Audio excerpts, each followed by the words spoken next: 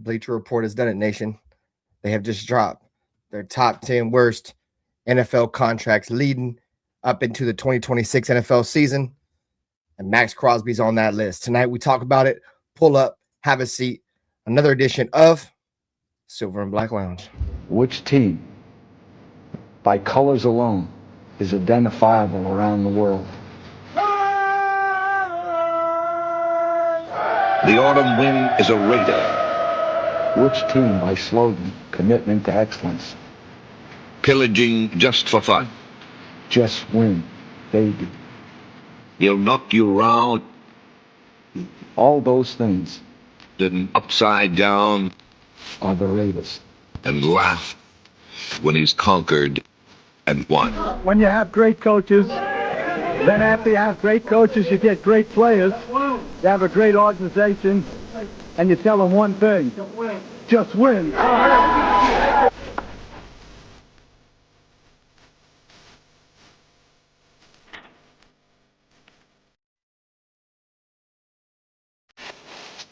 He's blown up. Raider.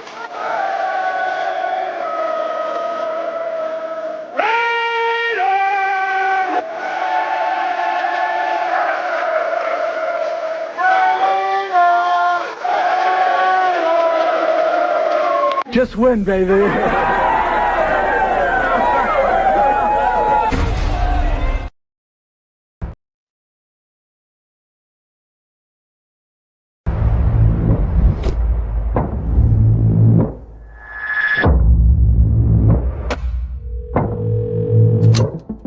The greatest offseason for a single team in NFL history. Not only have the number one overall pick, they have taken every single round of the draft.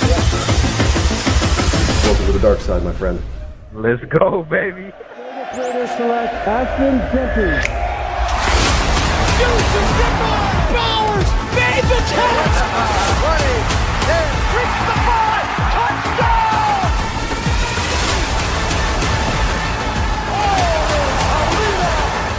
Over the middle. Plunged up in the air. Back picked off by Myles.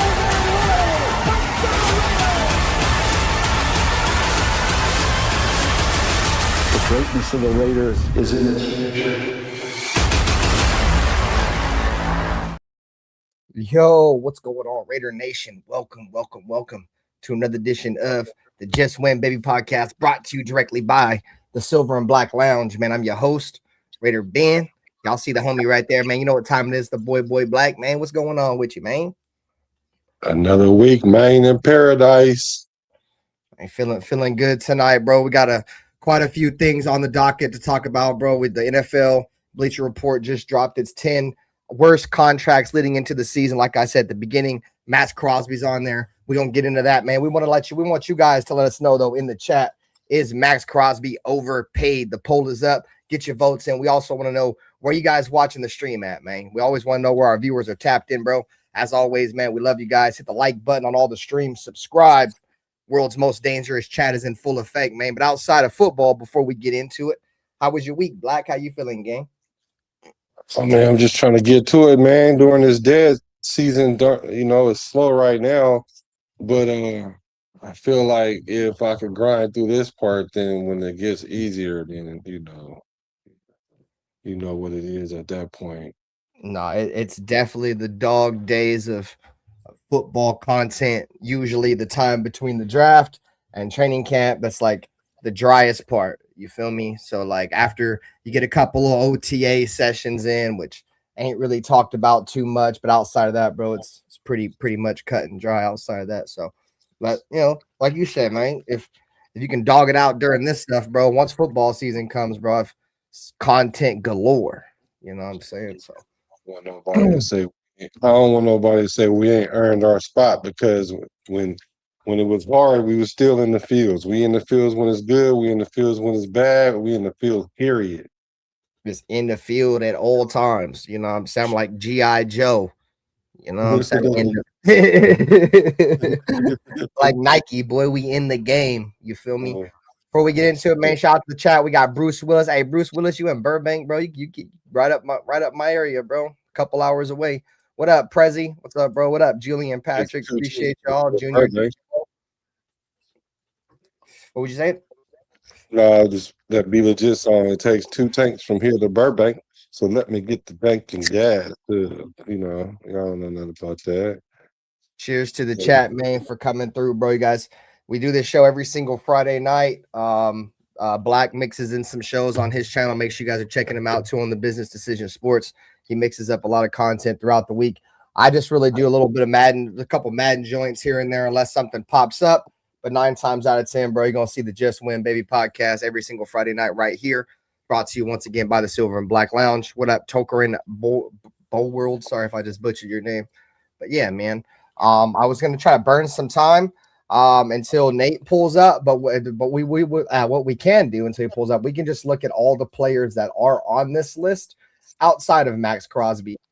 Oh, there he is right there. Speaking of the fucking devil, bro. As soon as you say something, he shall arrive. What up, Sabella? What's up? Nutty Raider Nate in the building. Let's get him in here in a second. But here is the 10 most overpriced contracts they feel like, or what's the exact term? 10 worst contracts ahead of this season. You're gonna see right here they have Carolina Panthers, Jalen Phillips. I honestly thought the same thing. Outside of some Raider ball, Jalen Phillips did get overpaid. He was with the Dolphins, and like the last 2 years, bro, he's been injured. So I'm not surprised to see him on the list. You see Minnesota Vikings tight end TJ Hawkinson right there. There's Maxx Crosby. We'll get into Maxx Crosby once we get the majority of us in here. I'm not sure if Dirty's gonna pull up. Hopefully he does. Nutty Raider Nate's here. We'll get into it in just a second. I got Trey Hendricks in there for the Baltimore Ravens. You're gonna have Chris Jones there for the Kansas City Chiefs. What up, Alfredo? What's up, dude? You're gonna have TJ Watt there with the Pittsburgh Steelers. You're going to have San Francisco 49ers, Nick Bosa, Titans offensive tackle Dan Moore. What else we got here? Chris Godwin, Tampa Bay Buccaneers, and then Cleveland Brown, of course, the most Deshaun Watson. So what you guys have any thoughts on any of these guys that are on this list? Does anything stand out to you guys, or any players that stand out to you guys? What up, What's up? What's up, boys? What up, Nutty Raider Nate? What up with you, Mike? What's going on, man? What's happening? What's going on, Mike? Reggie. Per usual. So that's what we do. Outside of that, what's up with you though, bro? Oh, I'm cool. Trying to survive. Just trying to live, bro. You know. That's all you can do nowadays. Shit. Yeah. With this list right here, it doesn't surprise me. We gotta pay. I mean, I'm sorry for jumping in, but no, you're good. We gotta pay the Raider tax to get quality players around here. If you guys don't notice, like we get charged for Christian Wilkins, and we get charged for other players such as Maxx Crosby. Like we got to pay the premium to keep players around in the Raiders uniform. So it doesn't really surprise me. Am I disappointed with his performance since we've made him the face of the franchise? Definitely. I think we won since we got rid of Derek Carr, the old face of the franchise, and we made Max the face of the franchise. I think we've definitely fallen off the cliff, and I'm not good with it. So yeah, that's where I'm coming from.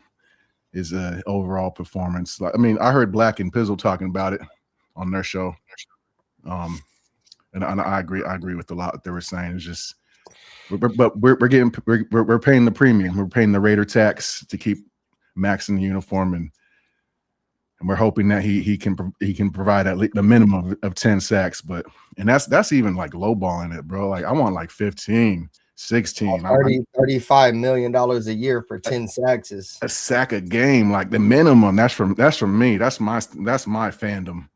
So other than that, yeah, it's he's taking up resources.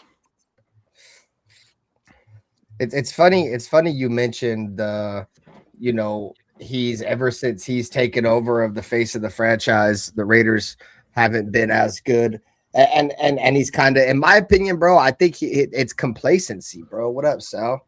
I really believe it's that, bro. I really believe that he hears what fans be saying, bro, and what the NFL be saying, bro. Like, they hype him up, bro. Oh, he's the best Raider since so and so. You know what I'm saying? Blase, right? He's got the most tackles for loss, just geeking his ego up to the point to where he feels like, bro, I am that dude. You know what I'm saying? I don't know, bro. To me, I just think he's just got an ego. He's got a me type mentality. And I don't know, bro. I just think he's complacent. I think he's comfortable. And, you know, the Raiders are making him financially comfortable for sure. So. Well, last year he did the right thing. I felt like he took JPJ under his wing, and they started off the season strong. He got JPJ up early every morning at practice. They were doing their thing and putting in the extra work. But where did that end up? Where did that land JPJ? He ended up on the fucking injured. He ended up in a scuffle with the previous coaching staff where he didn't know where he fit in. He wasn't fitting in correctly, or however they want to word it, where they pretty much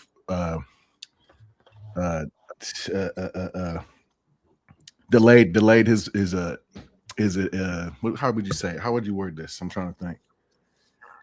They delayed his progression into to his third year or whatever. So it's a bad look. And then now he's got Tonka in there with him. So hopefully the same thing doesn't happen with Tonka. So I know that they're two different players, but I don't know. I look for patterns most of the time, and once you start showing me a couple patterns and you show me your rhythm and your character, I'm just gonna put you in that category until otherwise. Well, it's a lot of talk between the Niners. The Niners won him or some shit. So, I mean, the Niners wanted Khalil Mack though, bro. You feel me? And we didn't trade Khalil Mack to the Niners. Mark Davis pretty much was like, yeah, I wasn't trading him to the Niners. That would be, bro, if there's one place I could say like Maxx Crosby would for sure probably not be traded to, it'd be the Niners. But, you know, I could be wrong. But there's a lot of smoke around the Niners have a lot of interest in Maxx. Bro, I'll send him to the Niners. I don't think as good as Maxx is, I think he's definitely coming downhill. And I don't know if he's going to perform this year. He might bounce back next year, but I think this year he's going to have a little. He's going to come out the gates kind of stuttering and stumbling. Well, the reason why there's a lot of smoke around that too is because there's the NFL says that the Niners are going to have to try to match that, bro. Like the Seahawks just won a Super Bowl. The Rams are obviously trying to go all in by getting Garrett. So they pretty much got two teams in front of them. Like they got to make a move now. So they feel like they're behind. The Niners are behind for sure now. The Seahawks are number 1. The Rams are number 2. The Niners are number 3. And the Cardinals remain in the dumpster. That's just how they're looking at it right now. I mean, do you guys think that Maxx Crosby to the Niners would take them above like the Rams? I still don't think that move makes him better than the Rams. Yeah, it doesn't help him at all, especially an injured Maxx. Like that's just a desperation move, which I'm willing to do if they're willing to fork up the price. I don't care. Fuck the Niners. I want them to fucking suffer as long as possible. Excuse my language, but yeah. I love Maxx, and I loved Maxx, and after his little debacle with he don't want to be here no more and this and that, like you're in that category now until proven otherwise. What's your thoughts on all this shit, Black? I don't know what kind of love y'all got, boy. Y'all love a person with one sword and cut his head off with the other one. That's crazy. Like dude, we hear that. Maxx is not going to stay hurt. He's like healing from being repaired. Like he's about to be. I agree that he's going to start off slow because he's just now getting back. But so this year might not be the year the peak of his comeback. Whereas next year is kind of like you 1 year removed off your repair, so you should be back to your 2023 standard. But you got to be better than you were last year, though, regardless where you at. So that 12 to 14 to 15 sack area is something that's still on the table. So we need to get as close to 15 sacks as possible, and get back into it. Now, as far as his contract and all that, I don't think he have an ego or nothing like that. I mean, well, let me just say this: because when you're at that level, you have some level of ego, because he was humbled, obviously, because of the whole experience. But do I think he's bigger than anybody in the Raider facility or bigger than the Shield? I don't think that. I don't think he's complacent. I don't think none of that.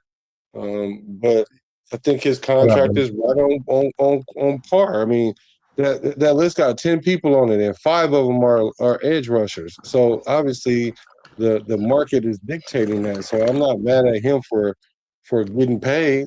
Like, I'm not gonna get mad at him for that. So I think we are paying him right where he needs to be. He was making rap music videos while we were winning 3 games last year. That part, bro. I That part. don't. So what y'all want? He supposed to be at home crying? Like, what y'all want him to do? Yeah, at home working out, Getting better, not Yeah, focusing on rapping. The fuck? He literally had surgery. So what else he supposed to be doing? In the film room? Yeah. How do you know he's not in the film room? How do you know that he's not?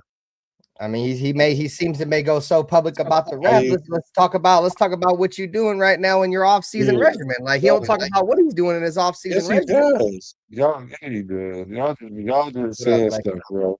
Of course he does. Y'all know he the most consistent. He works out the most out of everybody. And he's been like that since he's been here. Now y'all don't know what he's doing. Hey, I remember Maxx Crosby used to post a lot of workout videos in the offseason, dude, like a lot. Now I see more podcasts in the offseason than I see workout videos. Yeah. And as a fan, I'm a challenge him. I'm not gonna let him be challenge the whole team then. Don't just challenge him. He's the face of the team. What do you we are. I give everybody shit, bro, from the top to the bottom. That part. No, you don't. No, y'all don't. No, I don't, bro. No, y'all don't. JPJ hands down. JPJ hands down, the best player I think on the team as far as O line goes, and I'm ready to let him go. And that's another. I just hold my players accountable. Well, I mean, I hold my players accountable, bro. Like, if I feel like you should be playing better, then I feel like you should be playing better. Period. And I have that right as a fan, especially when you're the highest paid player on the Raiders, the highest paid Raider in history. We'll start at the top of the cream of the top. Who's making the most money for this this shitty performance we've seen the last couple of years? And the money all points back at Max. It's Maxx Crosby because we only scored 16 points on offense. Yeah, that makes sense. Hey, Alfredo with the super chat, appreciate, bro. He said the cigars every week ain't healthy neither. Well, see, this is my issue, bro. I feel crying every week ain't healthy. I feel like he did put himself above the shield. Probably he probably didn't put himself above the shield to some of y'all people, but when he told Mark Davis, you're either gonna hire Antonio Pierce or I'm gonna demand a trade. Me personally, I felt like that he was putting himself above the team. Oh, you think you're better than me? Then guess what? I'm gonna leave. Type shit. That's how I took it, bro. You feel me? Maybe y'all didn't. But that's how I took it. I took it as he thought he was bigger than the Raiders, which he ain't. Ain't nobody bigger than the Raiders, bro.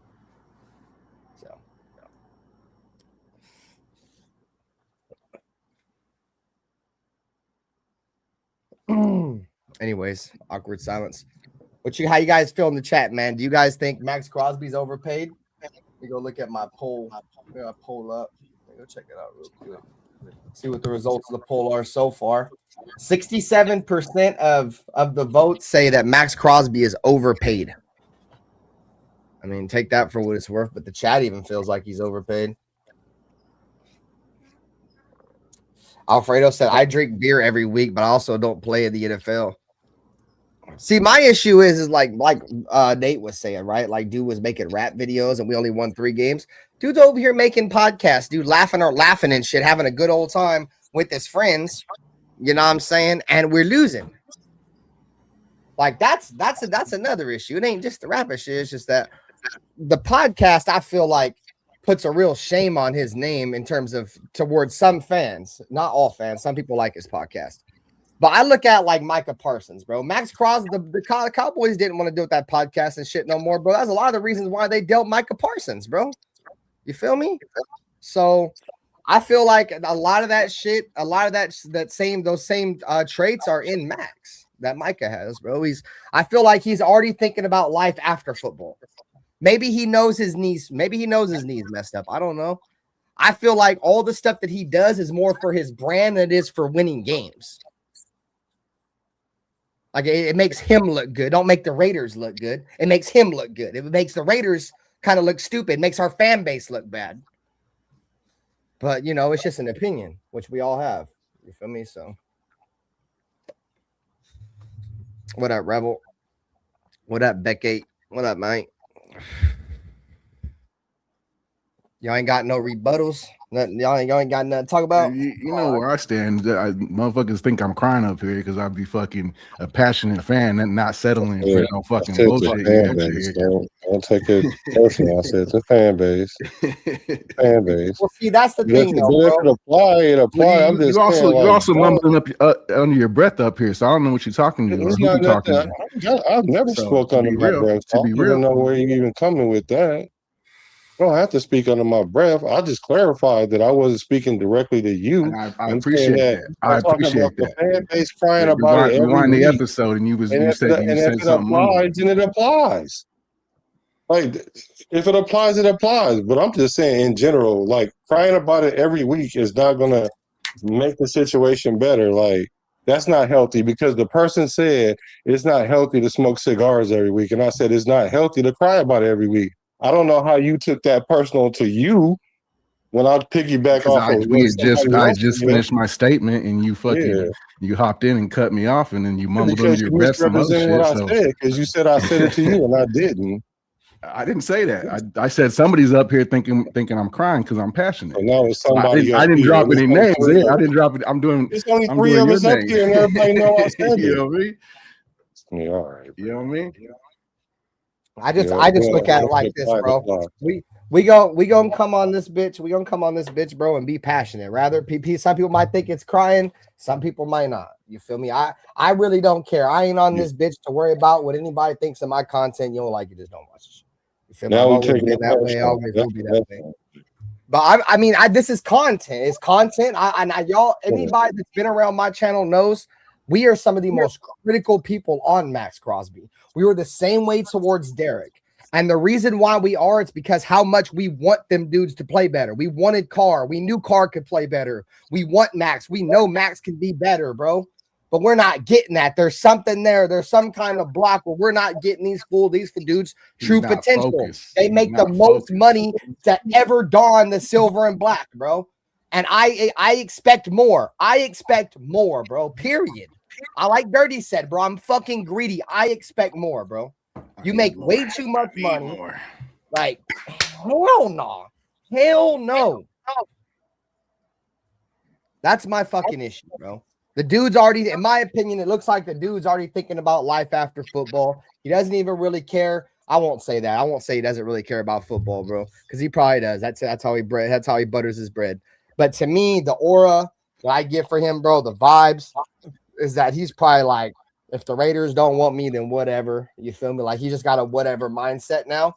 And I don't know, bro. I don't like it. I'm a big body language guy, and when he's not making plays on the field and he's on the sideline and in the locker room and shit, something just tells him something's off. Something's off, bro. I got the same vibes from Devontae Adams. You feel me? And then Maxx Crosby over here telling everybody, oh, I don't want to go nowhere. Yeah. You know, I want to be here. This is where I want to be. But he's literally in the background for like staging a trade. Yeah. Like, but lying to you guys, lying to us. And y'all are cool with that. Yeah. That's what really bothers me. Y'all are cool with that, bro. Yeah. We're not like this dude just snaked all of y'all. We're not supposed to talk about it. Yeah, not week in and week out like it's going to change something. What is it going to change? What is it going to change while y'all keep saying it? What is it going to change? What is it going to change? The fact is, right. So if it's just a topic, why are y'all feeling some type of way when I say something about it? Y'all can have y'all opinion, which is cool. Y'all have y'all opinion. Well, for one, I said what I said, and I thought you was mumbling. which you clarified it, and I said I appreciate that. But Okay, for sure. That's where I'm coming from, bro. It's no hard feeling. I'm not taking anything personal. Don't be over there thinking I'm bashing on you or something, because I'm not. No, it ain't never been that. Like, Yeah, for sure. If I didn't, I'd be gone. But yeah, no, I ain't never felt that. All right. No, I ain't never felt that. So let's just like look at Maxx Crosby's contract, bro. So this year he's on cap. He's on pace to hit 35.8 million. This is like the highest his contract will hit. Last year he was on 32.5. This one's 35.7, and then it goes down and down. 2020 27 goes to 29. And then 2028 and 2029 are pretty much, extension years if they want to bring him back or whatever. So let's see. Last year, 32 million base salary. Here, let's see. Let's share this tab. So 32 million. Let me see if I can zoom in. Oh, I'm hitting the wrong button. My bad. Okay. So last year, 2025, this year right there, 32 million base salary. All right. Now let's look at his numbers for last season. So last season on a $32 million contract, 45 tackles, 10 sacks, and the interception against the Bears, no forced fumbles. So let me ask you guys this. Without the name attached to it, let's just not attach the name. Just look at those stats alone. Does that look like somebody who makes $32 million a year? What up, we the people? What up, John Leon? Or somebody that's worthy of $32 million a year? Just look at this top line right here. What up, Frank Weber? That's the stat line for $32 million last year. You know what I'm saying? Yep. And then he got mad at the coaching staff for benching him because he wanted to pat those stats a little bit before he ended, because he knew we were going to play some garbage time teams. And I get it. You want to, as a player, you want to be out there and you want to get all your shit. But he was also delaying the inevitable, the surgery he had to get. And now we're running into this year and ready to start over, and he's not going to be ready. And that's selfish. It's selfish because he got hurt. He got some surgery now. Max literally has been playing his whole career, right? And so then out of 2 seasons when he needed to get surgery, y'all still expect him to perform at the same level that he was before. Like he can't be ever hurt. So then the 2 years that he actually hurt and had to get surgeries, since there's nobody else on the defense, it's his fault because he got all the money. Although the money he's making is in the range of all the D linemen, because that list is full of edge rushers, because the league is paying edge rushers. So for him to get his comparable money, he should be making what? How much y'all think he should be making? Like 15 million a year? 17, 18? What y'all think? 20? Well, I'd be reason that's more. I would be more comfortable paying Max around like 26, 27. I'd be cool with that, but 30, not 35. Nah, bro, that's way out the realm of possibility for me. And I'm not trying to pocket watch. I'm not trying to make this stream about pocket watching. I'm just saying, bro, don't even attach the name to that stat line right there. And that's what I started. That's what I started it with. The performance he's been putting out for the price we're paying him, we're getting taxed. And it's time fucking we get something back and fucking better performance. That's the money's the money. That's what it is. He's the 8th most overpaid player according to some fucking reporter. It's to some people it might be higher, but yeah, bro. Yeah. So let me ask y'all: Is Maxx Crosby top 10 edge rusher? Can we agree that he's a top 10 edge rusher? Yes, we can agree with that, right? Yes. So do you know what the average of the top 10, that means you take all 10 of their salaries and you divide it by 10. It's $39 million. That's the average for a top 10. Alfredo with the super chat with a great comment. So when we're 4-13, we can pocket watch. I agree, Alfredo. Sorry, Black. Sorry, dude. Pocket watch time. Yeah. Yeah. So if the average salary for the average top 10 is 39 million, and Max is making how much? 32. He's making less than the average contract for a top 10 defense in is 39 million. Yes, sir. I did not know that. Because what I'm saying, and I'm saying is, I'm not even saying that they worth the money, but what I'm saying is the market is dictating that. If the market is dictating that, you got to go with the market. That's how your agent get paid. The money's the money. The performance is the issue. If we were winning, I'd say give him more money. He deserves a paycheck. He deserves a fucking bonus. All that. But we're fucking losing, bro. This motherfucker is just. He's not going to be ready this year. And it's going to be another disappointing year from him as far as what we need from him. And we'll see though. I could be wrong. I hope I'm wrong. I hope we fucking go out there and make the playoffs and go nutty for sure. So I'll eat all my words. I'll crow on here for 24 hours straight. 24-hour live stream. Just eating crow. Yeah. So here's your top. I swear to God. Here's your top 10 edge rushers in terms of salary. You got Will Anderson, Micah Parsons, Aiden Hutchinson, TJ Watt, Danielle Hunter, Myles Garrett, Maxx Crosby, Nick Bosa, Jonathan Grenard, and Jalen Phillips. So the average, the lowest is 30 million. So $30 million a year. No, Josh Allen Hines Allen make. Where you stopped at, Phillips? Is that who you stopped at? Number 10, yeah, Jalen Phillips. Okay, because Josh Hines Allen make 28, and y'all right out y'all give Max 27. Like you would give Max under that? I don't know. You would give Max less than all of them? I mean, he's only making more than Nick Bosa, Jonathan Grenard, and Jalen Phillips. So I'd probably pay him more than those guys. So that's what I'm saying. The market is dictating that he make that much. Because and I agree that he needs to produce more. I agree with that, but I'm like, he coming off of an injury, so he gotta work his way back into mode, and this is the year. And up to what Nate Nutty is saying is like this year can't be one of them years like Malcolm Kuntz had last year on a prove it type year. Like, oh, he only have 10 sacks again, and we like, oh well, is he ever gonna get back to 15 sacks then? See, the thing is, if we go to his stats, if we go to his stats year per year, so this is his career stats, at least over the last few years. So 2020, he had 7 sacks. 2021, he had 8. These are the years ago he got paid. In 2022, he had 12 sacks, and in 2023, he had 14 sacks. So these 2 seasons right here are the seasons that got him the big contract.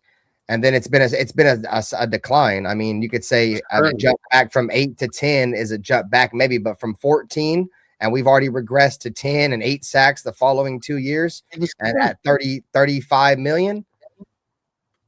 Oh my God! So I guess he can't never be hurt. I mean, your best ability is availability. I don't want to play that. But why doesn't that apply to AOC then? He never available. He doesn't want to. He doesn't want to come off the. Y'all want him to be the starting quarterback.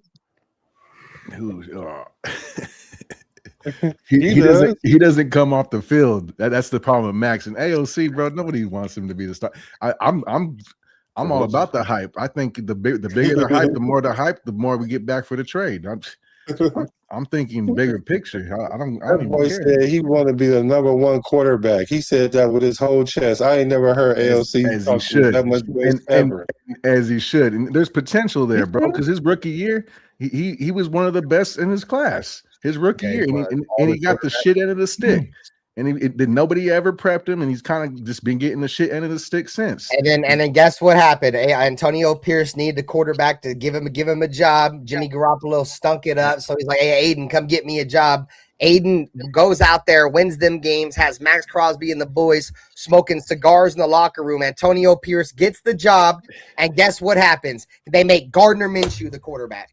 Like Gardner what Minshew the is better than him. ultimate That's pick, why. bro? And then after you give Better Gardner than him. Minshew the That's job, why. after you give Gardner Minshew the job and he stinks up the joint, the last 4 games, you bring Aiden O'Connell back in the last 4 games, see if he's gonna save you another contract. Boy, that shit was wild. That's Aiden not what O'Connell happened. been done dirty. Y'all memories is off, bro. You need to go back to the preseason and see how Aiden O'Connell played in that I don't preseason. care about preseason, bro. Oh, I now care it about how don't he played matter. in the regular Now season. it don't matter. He's got a They run decent like 2 regular plays in Now the it don't preseason. matter. Black, you know that. How They he only played. run like 2 to 4 plays in the preseason, bro. Oh my Everything God! was Look at how he illustrated. turned the ball over. cerebral bro. assassin.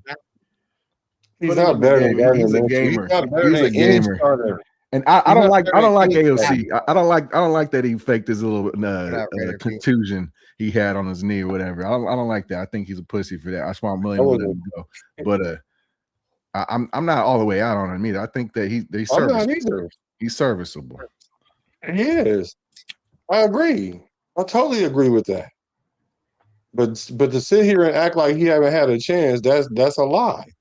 Because whenever if a starter get hurt, right, and he's out multiple weeks, like let's say he's out 2 weeks, and you get to start, there's a chance right there. There's your chance right there. So what y'all want him to have a training camp where he's the #1 quarterback and come into the season and get a chance to get hurt by week 3? So then y'all can say, oh well, he had his chance finally. No, he can't win in camp because he doesn't win in camp. And then last year he got hurt in camp. Like, come on, y'all. Like, y'all keep talking about availability.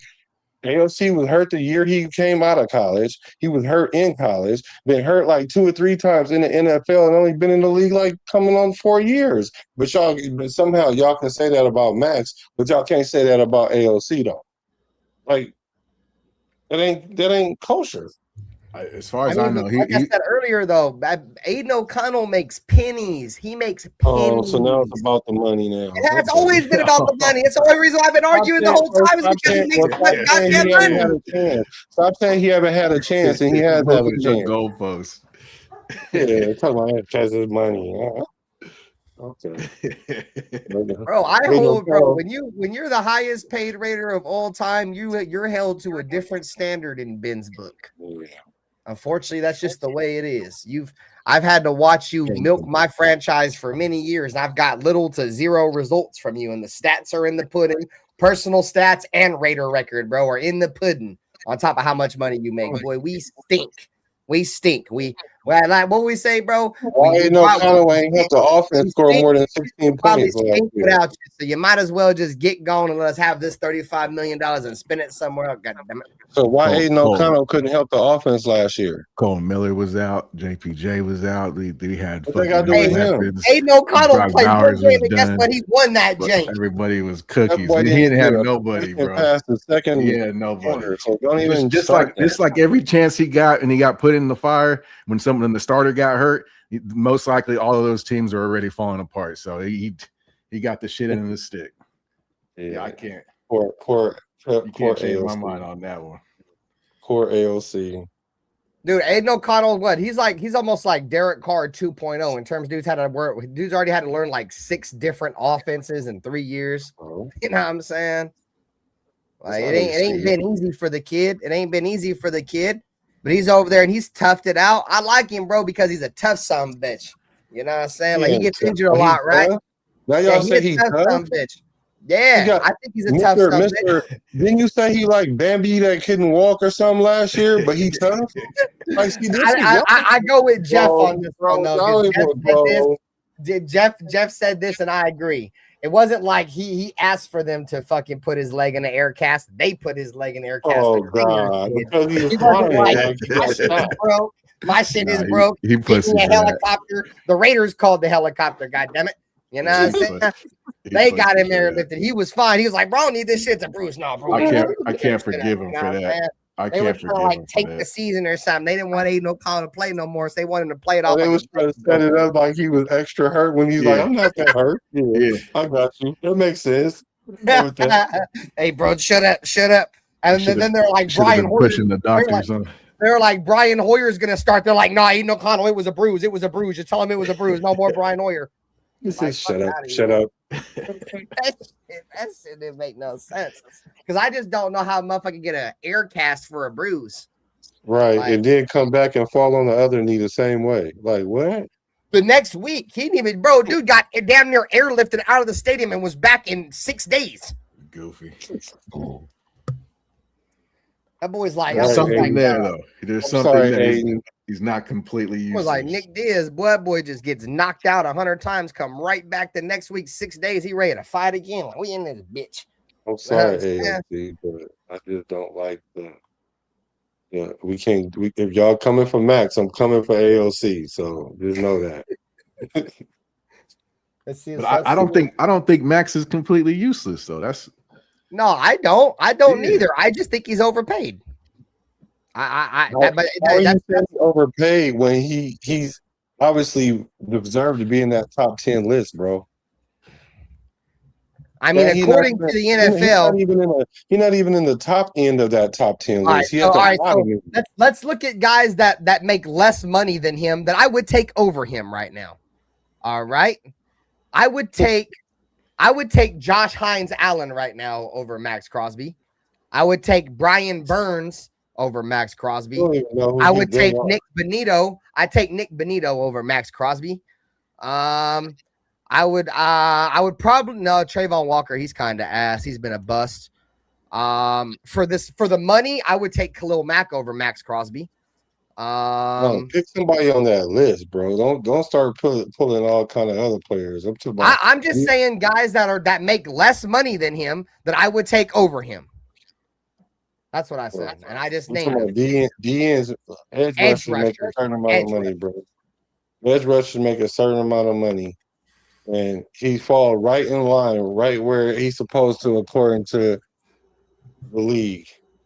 He's not pillaging the Raiders, man. I could see if he was in the top 4, then I'd be like, dang, Max.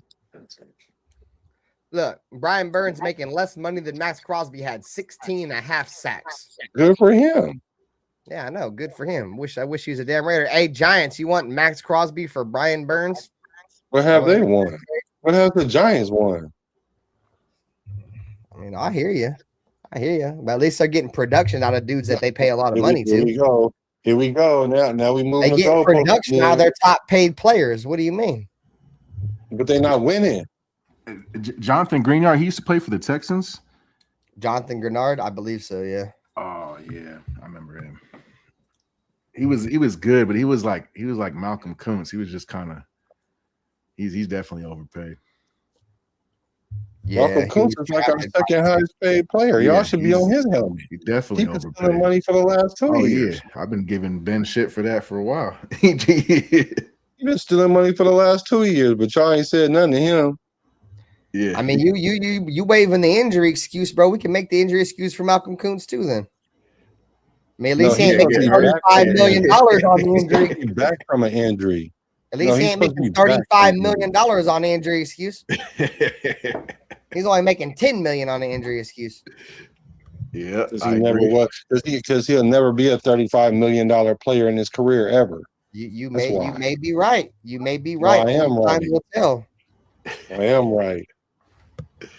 I mean, there's some talent there with Malcolm Kuntz. That's undeniable. Bro. Everybody in the NFL, they ain't gonna show it. It's just, can he get back to being healthy? That's the question mark. He just had a lucky 6 games. I mean, it's like AOC during that stretch. Boy, Raider Rich coming in hot with a super chat. He said, do you think we trade him to the Eagles and we can get Jalen Carter? How legit are these trade rumors? Also, is this the new spot for Raiders Talk, no longer using RaiderBen's channel? This is RaiderBen's channel. I just rebranded Raider Rich to answer your last question. This is where we will be doing the show. I just rebranded. This is the Silver and Black Lounge with RaiderBen and the Hemis. You know what I'm saying? My guys up here. Appreciate y'all. I was just talking about that. Y'all tripping about that. Y'all go first. Y'all take this one away. We'll start with Nate. He said, "You guys, we ain't trading Max, man. So y'all might as well get that up, man. We ain't trading up for, especially we not trading Max. That's all it is, man. I don't know why y'all keep trying to hurry up and y'all keep trying to usher out the captains of the team. I don't understand how y'all expect to win games, but y'all don't like the captains. Like, that's crazy. I don't expect to win a lot of games this year, so. Period. Max is going to be here for a while. We won 7 games total the last 2 years. I don't. Yeah, Yeah, because he only with these scored same captains that we keep giving money to. because he can't score 16 points on offense. Maxx Crosby can't score on offense. Well, he's better get some more stops and fucking hold it down. You know what sounds hella funny, bruh? Is that it's this? I'm trying to tell y'all, bro. Motherfuckers make the same excuses for Maxx Crosby that we did Derek Carr. What was motherfucking Derek Carr stunk? Well, he don't play defense. He don't play defense when the offense. Well, Maxx Crosby don't play offense, man. Fuck out of here. I'm so tired of hearing that shit. Why would you complain? Why would you compare a defensive player when you know the offense was the problem last year? See, that's what I'm saying. Being disingenuous with your argument. Like, at least when y'all make arguments, y'all at least had like a real leg to stand on. But sitting up there knowing dang well that the offense was hella garbage last year was the weak point, then that's the reason why. It wasn't because of the defense, but y'all want to blame the defense. So, okay, then I'm not, that doesn't make sense, man. It doesn't make sense. The defense quit multiple times in games that we were still in, and if they were really the defense, like if they were really them, they would have won them games themselves, and we'd be praising them, and I'd be like, let's give Max more money. That's not the case, bro. They literally quit on us multiple times last year. I seen it. Yeah, the offense sucked. The offense sucked, but the defense. Let me just finish this question, bro, and we can move on. What? The defense quit on the team. I do not believe the Raiders move Maxx Crosby to the Eagles. I don't think the Raiders get Jalen Carter. As much as I would love that trade, I don't think there's any accountable or any truth behind any of them rumors, bro. It's just all rumors. I think if the Raiders were to trade him, as much as I hate to say it, the hottest team right now that's on the trade market with Maxx Crosby, from what I'm hearing from national reports, is the Niners. The Niners want Maxx Crosby more than anybody now. So I believe if a trade is to be had, it's probably going to be made inside the NFC West with either to the Seahawks or the Niners. I highly doubt the Seahawks, but the Niners are definitely a hot team right now that you guys should keep your ears on if any team makes a move for Maxx Crosby. It won't be 2 first-round picks. I think if he's traded, it's probably going to be a first and a second, maybe a first and a player or something like that. But at the end of the day, I something tells me he's not going to be traded. But at the same time, I feel like there's some animosity there. I feel like Maxx Crosby's feeling kind of awkward in that building, but that's just me. So that's just me. I don't know. I mean, because he wanted out. He wanted out, Black. Thanks for the super chat, Raider Rich. He wanted out, and they didn't want him. And now he's forced. That's like going to your job, be like, I don't want to work at this location anymore. Can you transfer me? And the transfer falls through, and you're forced to work with those people that you didn't want to work with. That's weird. If you the dude, all that don't matter. When you're the alpha dude in the facility, that don't matter. That only matters to people that feel that people below them are inferior. I mean, feel like bigger than them. Like, that's weird. Why would you, if you're the most alpha dude in there, why would you care what they think? He went in there the very next day after that failed trade. He walked in there, was the first guy still. He better be. He makes the most money on the team. He better be the first person in the building. It's not awkward. What's making it awkward is the fans. But Max did that to himself, though. So he just got to deal with it. But the fans are making it awkward, not the franchise. The franchise don't feel like how these fans feel. That's y'all feeling like that. Why'd they trade him? Oh, my God. Do I need to explain this to y'all like another 12 times? The dude I don't understand why y'all not understanding this. I don't understand, like, if you know anything about Raider history, you should know why. Yeah, well, if you know anything about Raider history, you should even if he was dead wrong and went in there and asked for a trade, okay, and y'all think he felt awkward? I remember hearing reports that he told Mark Davis that he would never play another down for us again.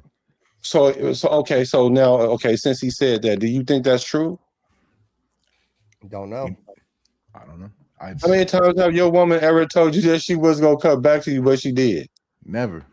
She knows where it's at. Yeah, all right. You okay. You okay. Let's call her and ask Who her. you think you talking I to? bet Who you you won't think you even come on talking the pod next week. to? Shit. I don't know. I feel like Maxx Crosby got humbled. I felt like he probably thought he was this superstar player that everybody in the NFL wanted.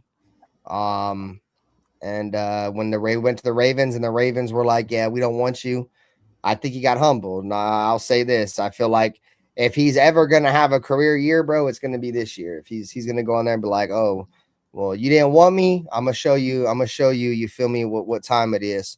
Especially now I got all these better players with me on defense. By far probably the best defense in terms of talent that Maxx Crosby's ever played on. I'll give him that. But like I said, none of it matters, bro. None of it matters, bro. At the end of the day, unless we're winning games, you feel me? Like it's gonna be the same thing with Max again next year if we don't. Like Raider Nation for Life said earlier in the chat, if we go out next year and we suck, guess what? It's gonna be all over again. He's gonna start crying. You don't want to play here no more.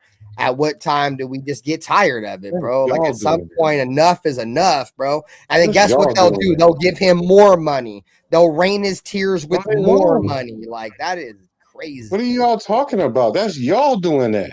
Y'all fans are doing that. Because Maxx Crosby didn't even say nothing last year. I mean, this past year up until the point that they took him off the field. And yeah, he was supposed to be mad that they took him off the field. And also the Raiders did the right thing by taking him off the field. So they both were right in that situation. Y'all been trying to get Max traded for the last 2.5 seasons. And so now all of a sudden he's gonna make it everything so awkward that next year when he comes in, he's gonna make it awkward again. Like, no, the fans are gonna make that because y'all keep trying to trade him. He's not about to ask for no new money. He can't really ask for no new money to the 28 season. So these next 2 seasons he needs to lock in and earn his money. I'm not saying that he's doing exactly what he should be doing. No, you got injured for a short period of time because it is the NFL. It's a violent sport. So there's going to be a period in there. You have to get over some kind of major, if not minor to major injury. Now that you're back, now we need you to cash in on that contract that we just gave you.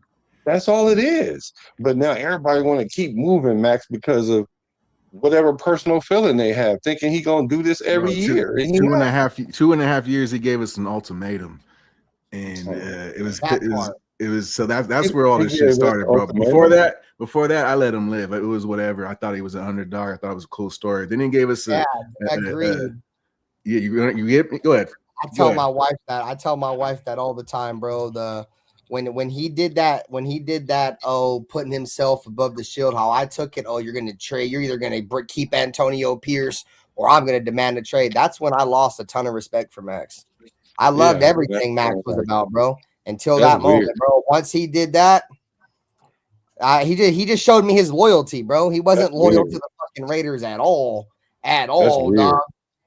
He wanted the dude that was going to let him smoke cigars in the locker room when they were beating teams with backup quarterbacks. We're beating sub 500 teams that had backup quarterbacks playing, beating them, and we over here smoking cigars, bro. And it was just retarded. That was the straw that broke the camel's back.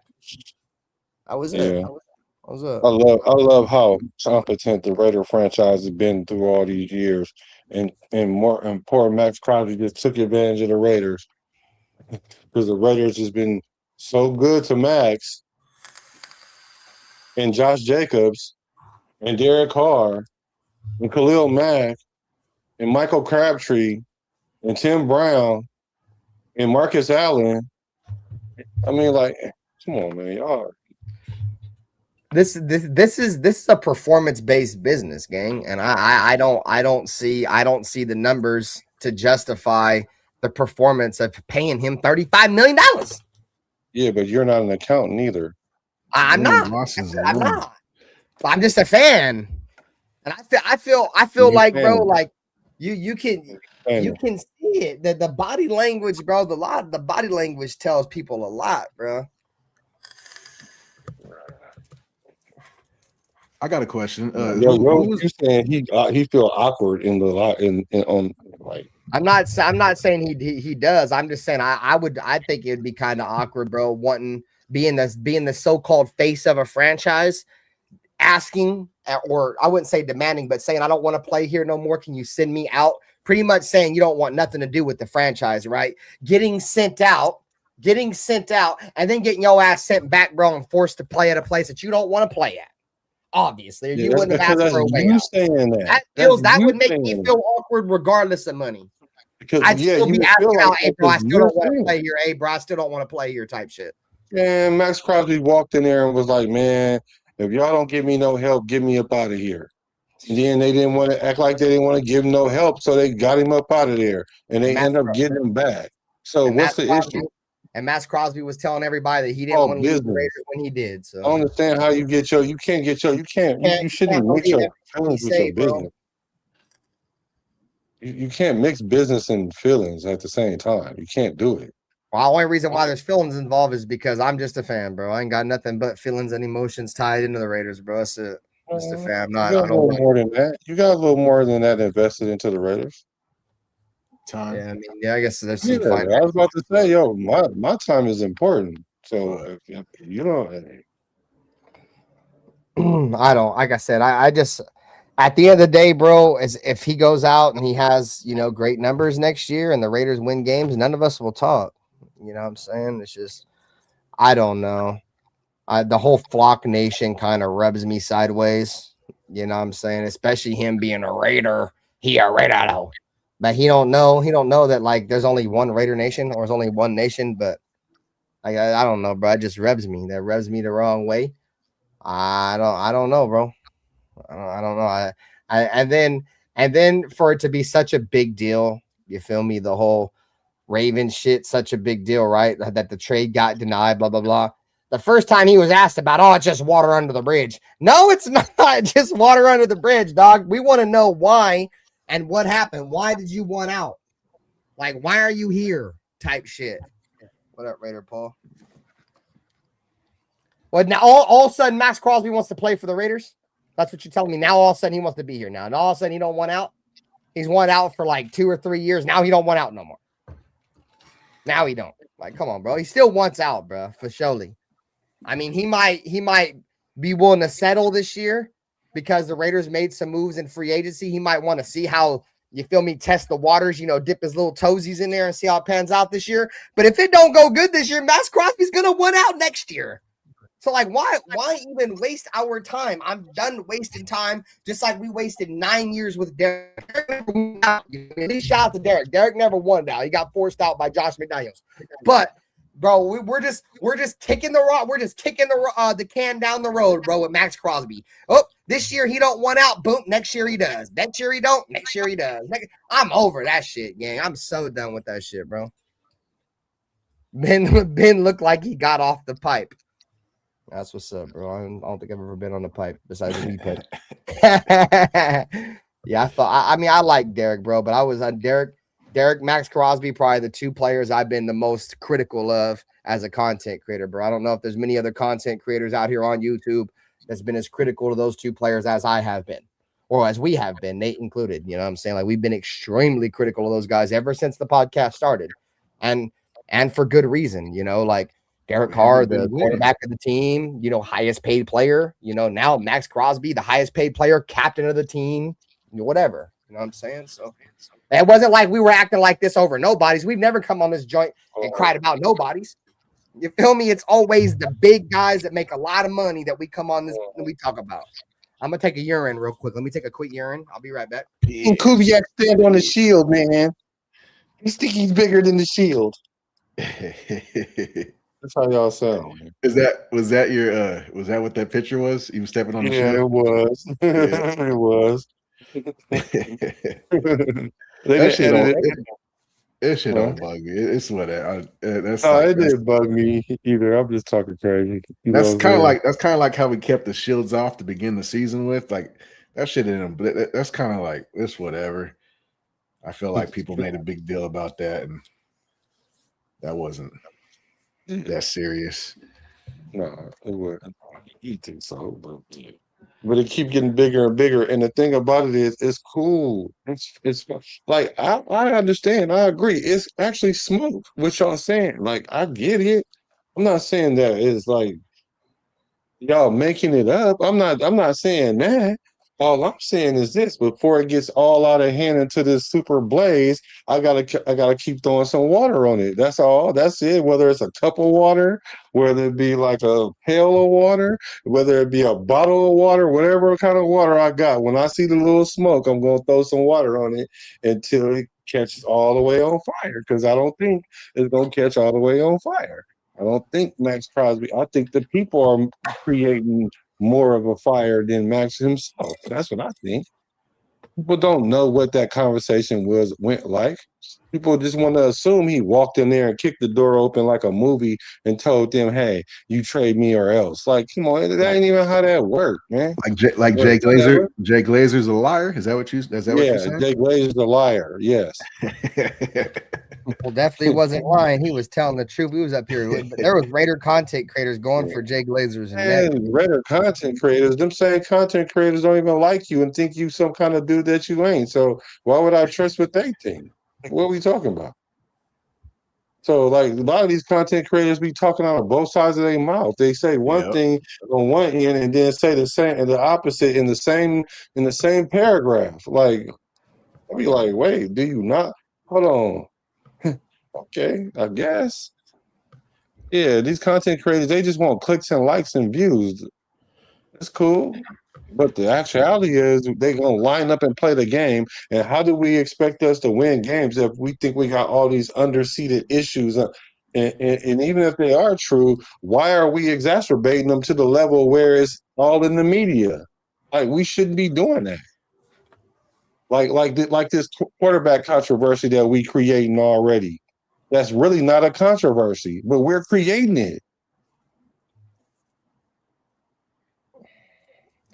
Something there, bro. There's something there. Just like when Jay Glazer brought that report out, there's something there. It's not nothing. To guarantee people there's no way he's get trades this year. That's crazy. No, I'm not saying no way as if it's impossible. You did say that though. You said you guarantee he ain't. I don't literally mean 100%. I mean like 70. Because guarantee is 100% though, right? Am I correct? Do I know math? I guarantee he ain't gonna get traded. Then you want me to? I stand on it. I guarantee it. That's what I'm saying. Stand on it. Yeah. So when you don't get traded, and I talk crazy to y'all, don't be sitting up there talking about Black think he nothing, because I'm gonna be like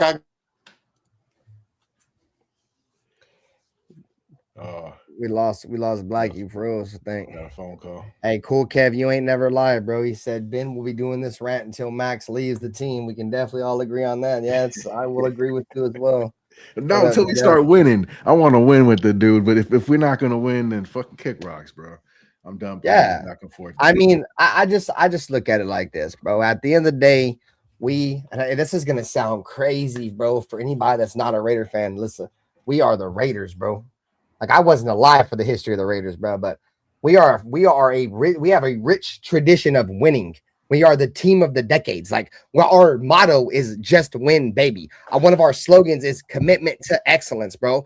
For us to be out here performing the way we've been performing and not demanding the standard of the Raiders and just come on here and make excuse after excuse on why the Raiders suck every single year, bro. That's not being a Raider, gang. You feel me? I'm done with anything that don't have to do with winning games, winning championships. If we ain't winning, I don't give a fuck how much money you make. Well, I care about how much money you make. I don't care about the numbers you put up. None of that shit matters, bro, besides us winning and how much are you making when we're losing. Like, obviously, that's the argument tonight, because my biggest issue is that we're paying Maxx Crosby all his goddamn money and we ain't winning shit. We still losing. And his stats don't even stack up. You know what I'm saying? So fuck all that. Fuck all that. I'm trying to win games, boy. I'm about sick of goddamn losing. I'm tired of being just try, baby, or just rebuild, baby, or commitment to excrement. The autumn fart is a Raider. Like, bro, come the fuck on. What are we doing here? Like, I'm trying to win some games, bro. That's all it's about. That's all it'll ever be about. I've gotten to the point, bro. Like, I used to accept moral victories a long time ago as a Raider fan. Well, At least they did this and at least they did that. Man, I don't get about none of that no more, bro. I don't care about we lost. Period. Point blank. Period. That's why when people be like, "Oh, well, Aiden O'Connell didn't do nothing. We won, but he didn't do nothing." I don't care. We won. Like, how many times I gotta say it over and over and over and over again, bro, before I get through people's thick ass skull? I don't give a fuck how great your numbers are if we lose. I don't give a fuck how bad your numbers are if we win. The motto is just fucking win. I don't give a fuck if you ran for 100 yards or minus 100 yards. I don't give a fuck if you pass for 100 or pass for 1. I don't give a fuck. As long as in the column that says stats that says wins and losses, there's a check by the win. I don't give a damn fuck about none of that shit. None of that shit. I don't care about yards. I don't care about touchdowns. If we got the win, I'm good. That's why when they say Max don't play offense, it's like, okay, but he's still out on the field and he can affect the game in all kinds of ways, and that's what he needs to be doing, and he don't do enough of it. And he gets paid to affect games. Yep. That's my issue. And I forget somebody said in the chat earlier. He said my issue with Max is he doesn't make enough big time plays. Something around that nature. But that's my issue too, bro. Is big time players get paid big time money to make big time plays in big time games. How many fucking big plays have we seen Maxx Crosby make outside Chicago last year? I mean, I'll give him that. He dominated that game. That's probably the most dominant I've ever seen Maxx Crosby. But outside of that, when have we ever seen it? His rookie year against a team that would have the number 1 overall pick in the Cincinnati Bengals, when he sacked that quarterback 4 times, that team had the number 1 overall pick and drafted Joe Burrow. So what the fuck does that even matter? They stunk. And he was rushing a backup right guard or something. Yeah, but a guard that was playing tackle. Yeah. He no position playing tackle. He also turns up for the Ravens. That's why I think the Ravens were very interested in him. Yeah, that's one thing we had said, bro. We traded him. We're like, he went to a team that he never lost to, bro. I don't think Maxx Crosby ever lost to Lamar, bro. I think we beat the Ravens every single time he was with us. He got up for Lamar for whatever reason. We beat him in 2021 in our home opener against the Baltimore Ravens, and then we beat him in 2025, bro. And we were terrible that year. And I think what did we play him? 2017. Max wasn't on the team in 2017, so. But the fact of the matter is that as long as we win games, bro, I'm not gonna come on this bitch and criticize Max. You feel me? But when you're the face of the team, you're the captain of the team, I got nobody else to put it on. So it is what it is. He said, "What happened? The bathroom bin came out blazing both guns."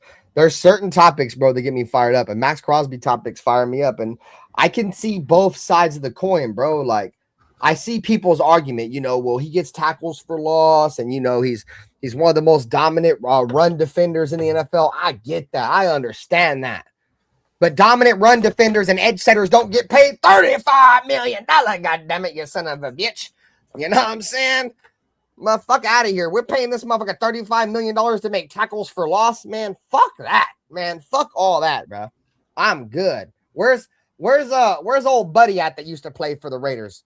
Yannick Ngakoue. Get his ass in here real quick. I fuck with Yannick. I don't give a fuck about that run stopping shit. Boy, that's why you got linebackers. Them defensive tackles better take on somebody, boy, and them linebackers better fill gaps. I'm not trying to pay somebody $35 million to set the edge in the run game. I'm not. That's stupid. That's not how good teams are ran, and that's why Maxx Crosby's contract is rated as one of the worst.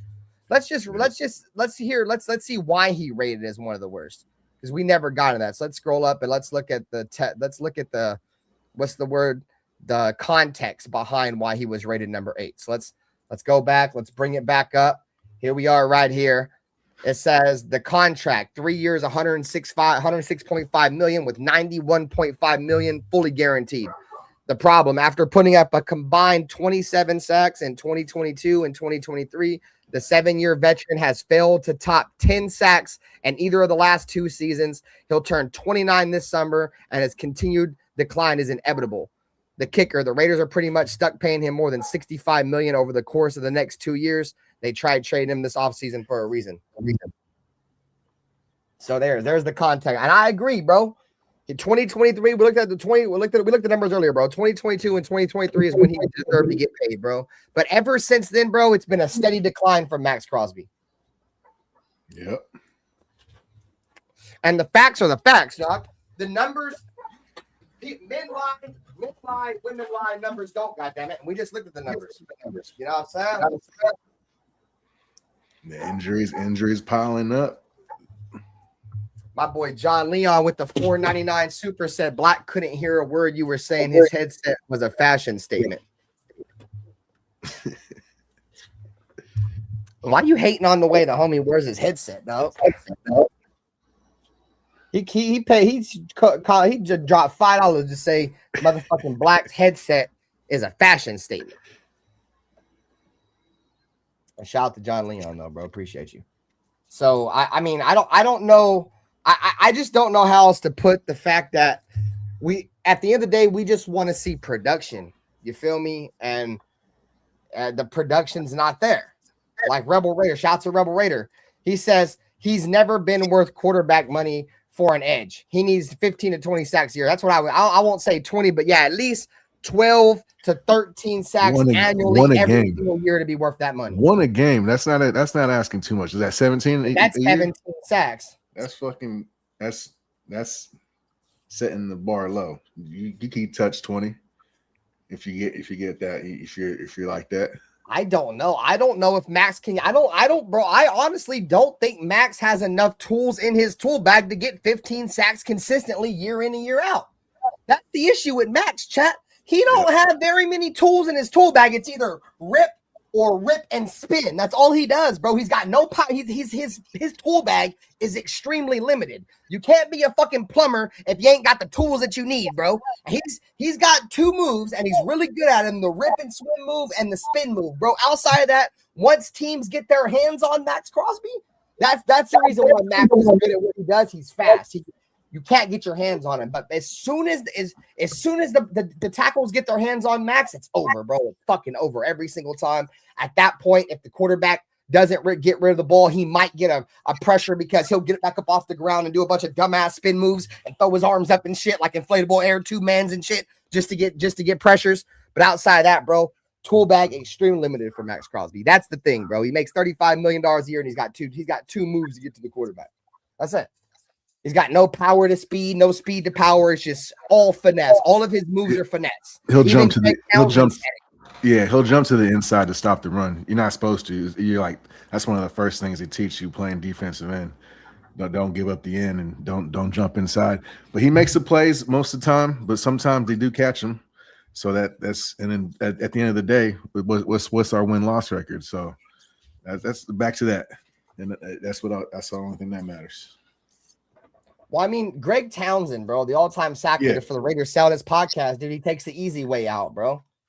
He takes the easy way out every single time, bro. Called him a bitch. I mean, he said bitch, called him a bitch, depending on how you want to take it. Some people thought he was just joking or whatever, but he still said the word bitch towards Maxx Crosby, so. Yeah, he kind of said under his breath too, like that, bitch. Yeah. I mean, that's another thing, bro, that rubs me wrong about him, bro. Like, you got a Raider great. You feel me? You be wanting to go these sack summits, bro, and take fucking tips from Von Miller. But when Greg Townsend wants to come to the practice facility, you don't want to fuck with Greg Townsend. You pretty much say Greg Townsend can't teach you shit. Bro, the audacity of that? Disrespecting our alumni like that? Like, come on, bro. And y'all rocking with that, though. But y'all rocking with that. Y'all rocking with people that disrespect our team, disrespect our alumni. Echo. That's cool, though, chat. That's cool. I was hearing the echo. Are we good? Yeah. Yo. I don't hear an echo. It's just me? My bad. I just on your end. Yeah. I mean, I don't know. I'm just stating my opinion, going on my spills, my. You know what's funny? I'm looking at this top 10 list, right? And I'm looking at these stats of these players that played the last 2 years. Let's go to TJ Watt. So the 2025 season, he had 2 sacks because he played 3 games or whatever. So whatever, right? And then the year before that, he played 14 games and had 9 sacks. So, okay, but whatever. He's older, I guess. So let's go to the other dude, Jalen Phillips, right? So then with 17 games, He had 3 sacks with Miami and 2 with Philadelphia. And then the year before that, he had 1 sack because he was injured. So the thing about it, well, the point that I'm making is y'all crying. Well, I'm sorry, y'all complaining about his not having 10 plus sacks over 15 sacks over 3 years. None of these dudes is doing that. What y'all talking about? Like, I'm talking about none of the dudes that's around where he's getting paid. So I don't understand how y'all thinking he's getting overpaid when the people underneath him is producing a fraction of what he's doing, even when he's injured. So I'm trying to understand it. The dudes that's immediate underneath him, them 2 players combined don't even have max stats. But then y'all want to say numbers don't lie. Like, numbers lie all the time. Figures lie and liars figure. Like, you can make numbers look any kind of way. But all I'm saying is, what is he worth to the team? Because without Maxx Crosby, our defense is come on. We'll be for sure ranked 30, 31, 32, somewhere in there. Come on. No, I feel you. I feel you. He's definitely got value. I mean, us losing him would definitely hurt our defense. But that would really, I feel like if we trade him, like,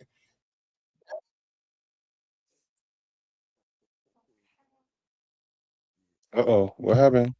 Shit kicking us out one by one. and I left my own Well, show. mine's My 'cause bad. of the internet. What I was saying is, if he gets traded, I feel like it's really only going to hurt the Raiders for like Raider fans that want short-term wins, like that want to win right now. Like, if you want to win right now, you feel me? Keep Maxx. Yes, for sure. If the Raiders want to win right now. But me personally, I want to win now, but I don't think it's going to happen with or without Maxx. So that's why I'm cool with just trading him. You know what I'm saying? Because let me just, dude, you have an aging pass rusher, an injury-prone aging pass rusher that is eating up a high sum of your cap money. Why would you want to keep him unless you're winning right now? Right. Since when? Now Maxx Crosby is injury prone, and he aging. He's only 28, about to be 29. He's 29, I think, going on 30. No, he just turned 29. If he turned 29 yet. Like, come on, bro. He still got 3 more years of his prime, and he's not injury prone. That's what I'm saying. I respect y'all. I understand you're entitled to feel how y'all feel about how much money they make. But then when y'all paint this picture, the picture ain't accurate. He not aging, and he's not preaching. Bro, come on, man. He's not injury prone. Maxx is not injured. Oh, I don't know if I agree with that. I mean, if you look at the number of games, I mean, you could say he's probably not injury prone, but it's the timing of a lot of these injuries, bro. Because at the last 2 times he's been injured, bro, it's at the end of the season. You know what I mean? And let me just say this, because why not, right? Just say hypothetically the Raiders make the playoffs next year, right? Or say no, let's say they're making a run, right? And we're in that little in the hunt bar, and 9 wins or 8 wins somewhere. Say we're around there, right? We need a couple more wins to make the playoffs. That is a proven part of the season where Maxx Crosby gets hurt. Every time Maxx Crosby gets hurt, it's like the last 5, 6, 7, 8 games. And that's, in my opinion, is where when you kind of need your best players, bro, is at that last final little stretch. And a lot of it has to do with, I don't want to take no plays off. I want to play 100% of the snaps, bro. That's got to be out. Bro, he makes way too much money, bro, for him to be playing that many amount of snaps, bro. At some point, you got to save the player from themselves. And I feel like this year, the Raiders got to get some kind of pass rush rotation going. Otherwise, yeah, you're right. He's 28. He about to be 29 in August. So he's closer to 29 and 28. So you're right about that. But still, he still got 3 good seasons of prime playing. But I mean, like, I never knew that. Now you get as you get held against you because you want to play through injury and you want to. I don't know, man. I don't know. This new era of how y'all think about sports is weird. Like, I don't get it. But it's cool, I'm just trying to do something new because his way isn't working, bro. Because he's still getting hurt and we're still losing games. So I don't think I'm wrong for thinking that way. You are not wrong for thinking that way, but how about you guys turn your attention other places other than Maxx? Like y'all keep trying to blame Maxx, and then the rationale is, well, because he makes the most money. Like, wait a minute, he's making market value. The market value is 39 million, and he makes 35. Like, damn. Like, what y'all want him to make 10 million under the market value to feel good about what he? And then the players that's underneath him not even performing at all, and they hurt. All these players, because the market is dictating that. But hey, I don't know what to say. I don't. It's not like he hasn't been doing his part. Kind of answer your question. I don't know if there's any other players that Raider fans are emotionally argumentably attached to. Besides, I can name one. Come here and argue about one. Who you want to argue name about? One. Who? Can name two of them. Who? AOC, it's a love affair with that. Bro, he lucky if he even fucking makes the roster. Why are we gonna argue about Aiden? No. You know how many subscribers I've lost because every time I've talked about him? I promise you. I'm not laughing at you. Unsubscribing you for Aiden O'Connell, dude. Those probably aren't even real Raider fans. Can't worry about that shit, bro. You just gotta keep going, I'm not bro. worried about it, but what I'm saying, because it hasn't stopped me from talking about him. But what I'm saying is, y'all can't sit there and say it's not no group of fans out there that have this love affair with Aiden O'Connell. Like, for real. Like, just soon as I bring up, bro, I went to my comments about Aiden O'Connell. If I read y'all, matter of fact, I'm gonna do that on my show. I'm about to read y'all like my top 10 comments about Aiden O'Connell, and they go in on me like they know me.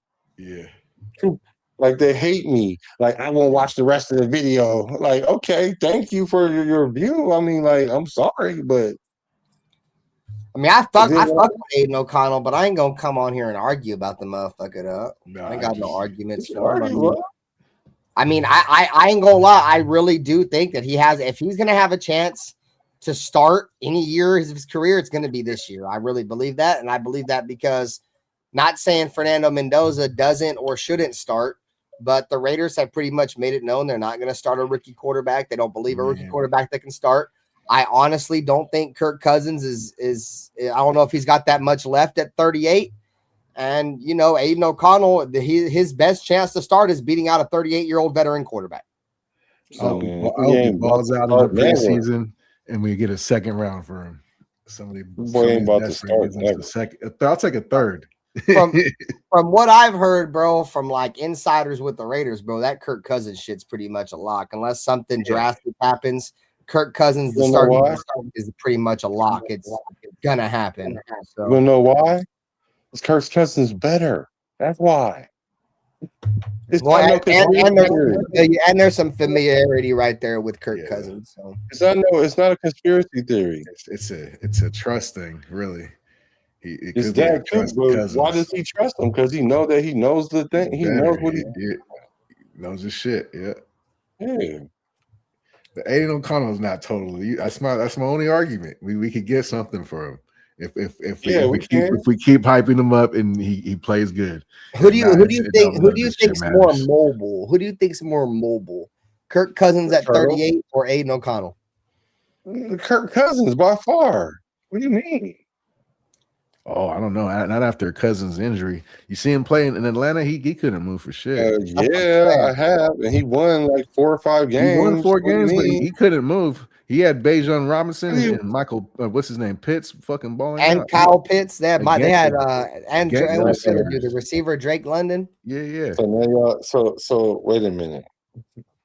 What up? And his O line was legit. That's another thing. Never running the fuck out of the ball. South on 6, man. In the building. So how did okay. Well, how did Penix get hurt then? Penix been hurt since college. Yeah. You're talking about injury prone, bro. That's probably the definition of injury prone right there. His backups Tua. That's all bad. So Ricky Beavers, he said Maxx contracts ain't bad to me. He's top 1 to 3 defensive end we've ever had. Okay. So let's think of some Finally, defensive ends. you need to subscribe to my channel because everybody else that's over here right now don't come to my I show can no name more. 3 defensive ends right now that are better than Maxx Crosby in the history of our team. Howie Business Long, is sports, bro. what? Go ahead. Howie Long, Greg Townsend, and Khalil Mack. Already, there's 3 that's already better than him. Bang outs. I mean, you could probably put him in top 5. Nobody even know who Greg Townsend is. Are you crazy? That's a troll, right? Nobody knows who Greg Townsend is. Oh, I forgot you're gonna take it literal. Like no one names Greg Townsend, bro. When you say Raider Grace, no one names him like that. He's never the person that you name, bro. And I'm not even saying that Maxx Crosby will, but they'll name Maxx Crosby before they name Greg Townsend. I bet you. I mean, newer fans, yeah, because they don't even know who Greg Townsend is. Some Raider fans, the best player they've ever seen play for the Raiders is Maxx Crosby. That's why he's got so many fucking fans. Some Raider fans probably didn't even get to see the majority of Derek Carr. They caught like the end of Derek Carr, and they've grown up watching Maxx Crosby. So there you go. I mean, look at I ain't gonna say I'm about to say something out of pocket. Yeah. I'm glad I've grown up, bro, and thought about that shit. I was about to say some dumb shit. Anyways, the show moves on. I was gonna come on make some fucked up comparison. Anyways, no, I mean, I like I said, at the end of the day, gang, only reason why I'm critical of Maxx is because I hold the best players that are on our team to just different standards. That's just who I am. I did the same thing with Derek. I've done that to every player that's gotten a lot of money for the Raiders, bro. I've always been that way. And yes, it's about the money. Yes, it is. It's about the money. When you make a lot of money, I've seen plenty of players come in and rip the Raiders off, bro. How many times did the Raiders sign overpriced free agents that ripped us off, bro? Now we're not signing free agents that are ripping us off. We're letting our own players just rip us off. Now our own players just rip us off. Fuck it. Just overpay the players. Let the players rip us off. Now they overpaying him. He's getting paid less than market value, but they overpaying him. I mean, the number 10 dude makes $29 million. Market value is like $30 million. He makes more than average market value is 39. I mean, Maxx I makes don't 35, see that, bro. though. I don't see it's like 30 million, 33 maybe. No, when we bro, the top 10 bro, pass rusher, the highest pass rusher in the NFL makes 39 million. No, it only makes 50 at least. Like, what are you talking? See, this is why I don't. This is bro, y'all just be saying stuff, bro. I thought it was 60. I saw 60. It probably is closer to 60. I know it ain't 39. Yeah, I know it's 50 something. Greenyard was fucking up there. What's his name from the Texans? Yeah, the defensive. Myles Garrett ain't even at the top of that list. Why y'all talking about sacks? Yeah, so it's 50. Myles Garrett led the league in sacks last year. He broke the record. Yeah, but he ain't making the most money. He should be. He's about to get cashed out. Carl said Kirk wears a waistband up to his belly button and tucks in his shirt. His ass is so tight he can pick a quarter up off the ground. And Maxx has pool noodles for arms. You said that? Yeah, you don't subscribe to my channel. Don't Bro, I'm sitting there reading that like, hold on, what the fuck? Yeah, don't subscribe to my channel. It's cool. Hey, bro, we was definitely on this joint talking about how Maxx Crosby looked skinny. He definitely looks skinny. Man. He don't look big at all. It looks like he lost weight. That boy need to go eat a couple of cheeseburgers or something. You guys seen him on media day, boy? He looked like a junkie. You guys ever went to like Skid Row or like to East Oakland on 13th or something? You ever seen junkies? Maxx Crosby got the figure of a junkie. His shoulders got smaller. You can see that. Are the jerseys too big? One of the two. That's why he's thinking about life after football. Chat. Look at his body. It's like giving up. Body's like Kirk giving Cousins up been on him. hurt 3 seasons in a row. Y'all making up stuff now. Kirk Cousins been hurt 3 seasons in a row now. It's giving up, Chad. His body has had it. It's had enough. That motherfucker done clocked out. This body done said, "I'll see you next season." And that fucking season hadn't even started. I don't know, bro. I mean, he just looks skinny. I mean, I'm not the only person that said it. He looks like he lost weight. Like, I mean, Yeah, we didn't put all that weight back on or something. We haven't really talked about this, but yeah, I've thought about this. Yep. He's definitely okay, Ricky Beavers. Okay, so Ricky Beavers. We're gonna have to really talk about this one, Ricky Beavers. Ricky Beavers said Khalil Mack and Maxx Crosby on very similar levels. No, they both won about the same amount of games. Not even close. One person both won the same amount of games. All-Pro, and not only a first-team All-Pro, but a first-team All-Pro at two different positions. The only player to ever do that in the history of the league. Reigning defensive player of the year, multiple first-time All-Pros.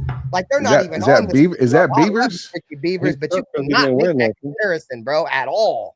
At all. They didn't win nothing though. Huh? They didn't win nothing though.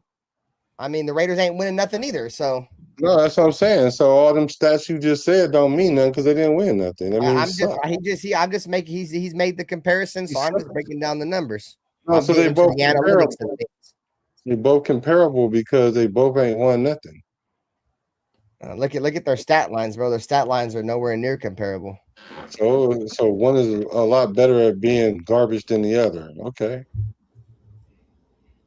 Because if Khalil make that argument, I feel like they're in two different atmospheres. Khalil's garbage too, then, because they ain't won nothing. He ain't won nothing. I'll go on the limb, bro. And this ain't even a hot take, bro. Maxx Crosby will never ever win a first team All-Pro, ever. And what difference does it make if your team don't win nothing? I'm not saying it makes a difference, bro, but it's a career accolade, bro. And he ain't gonna ever have that shit, bro. He ain't never gonna be a first team All-Pro. If Maxx Crosby becomes the all-time sack leader, then what? Okay, this shit don't mean shit. Just like when Derek Carr was now it don't mean nothing, but you just said it was an individual, bro. That shit don't mean nothing. It's an individual accolade. Shit don't mean nothing. But now it don't mean nothing because it's an individual accolade. But it means something for Derek. I mean for your boy. Hey, before y'all, this is the advice I'm gonna give some of y'all. Why don't y'all chat GPT y'all statements before y'all say them, because all 3/4 of the stuff that I've debunked from y'all, all I have to do is just repeat what you say and ask if it's true. And it tells me that y'all don't know what y'all talking about. First team All-Pros dictates. First team All-Pros, bro, are a lot of the reason why motherfuckers get voted into the Hall of Fame, bro. Like motherfuckers with a lot of first team All-Pros. A lot of that shit goes into if you're gonna make it to Canton or not. So it's more than just individual accolades. Maxx Crosby's never even going to be thought about being a Hall of Famer, bro. Khalil Mack's already thought about being a Hall of Famer, bro. Motherfucker's been donning that motherfucker gold jacket, bro. Maxx Crosby will never ever sniff the fucking Hall of Fame gold jacket. You know what I'm saying? Nobody's bigger than, and he's gonna go in as a Charger too. He ain't gonna even go in as a Raider. Why are you over there jocking him? Who? What are you talking about? Khalil Mack. Yeah, the only reason why I talk a lot of that shit is because Khalil Mack is who broke my emotional tie to the Raiders, bro. I remember I told myself, bro, I was like, if there's one player that'll never ever be traded, bro, it'll be Khalil Mack. The Raiders would never trade him. And when we did that shit, bro, that shit broke me. That's why I don't fall in love with players no more. That's why I say don't ever expect the Raiders to do something, bro, because they are the most unexpected team. That broke me, bro. I lost a lot of emotional investment when we traded Khalil Mack. That shit hurt my soul. Khalil Mack's trade is one of them trades. I feel like when it happened, everybody will remember where they were at when that trade happened and like what they were doing. You know what I'm saying? I was definitely talking heavy about Maxx Crosby. I've been talking about Maxx Crosby for many years. So Yep. this Maxx Crosby criticism is nothing new. It's been on my channel for a long time. Why a lot of people, a lot of channels will call these uncomfortable conversations. These are easy conversations to me. You feel me? Because all I care about is winning football games. You feel me? I'm not here to make excuses for players, bro. They don't pay my bills. I'm trying to win games. You either helping the team win or you helping the team lose. You feel me? And that goes for everybody, especially the highest paid players that don that silver and black. You feel me? Y'all motherfuckers are paid to be great, and you motherfuckers underperform year in and year out, and motherfuckers want a dick ride. You can dick ride all you want. I ain't dick riding shit. I'm dick riding championships. I'm dick riding playoff wins. Fuck you talking about. I ain't dick riding none of them individual bullshit accolades y'all be sucking on. I ain't doing none of that shit. Win losses. What's that looking like? And if it's not looking up to par, we got to switch some shit up. And the only consistent we've had these past few years is none other than your boy, and he's it's just not working out. And bro, it was crazy because like the longest tenure shit through all that shit was Patrick Graham, and now it's Maxx. Patrick Graham's gone. Maxx Crosby should be gone too. I honestly feel like he's still gonna be traded, bro. The Raiders understand the value of 2 first-round picks. Hope he comes out balling. I hope we win. I hope he comes out balling. But like we started off the episode, he's coming off that injury. I don't think he's gonna be worth the shit first few games. Other than a cheerleader. We'll see though. We'll have Justin for 12. Justice for 12. We got some dogs though. We picked up Quiddy Pay. Hopefully he pans out. Hopefully Kuntz fucking turns up. So I think we also win more games without Maxx on the field. So make that add up. So Justice for 12, bro. What up, man? Thanks for coming by the show. He said, if I was the season sack leader for multiple seasons, but my team kept finishing below 500 and never making the playoffs, it don't hit the same. We need to win. No, I feel you, bro. But being the sack leader of a team when you got only 10 sacks 1 year and 8 sacks the year before, like, I mean, that's not leading a team. I mean, statistically, yeah, but bro, 10 sacks. The point is, bro, he made $32 million a year last year for 10 sacks.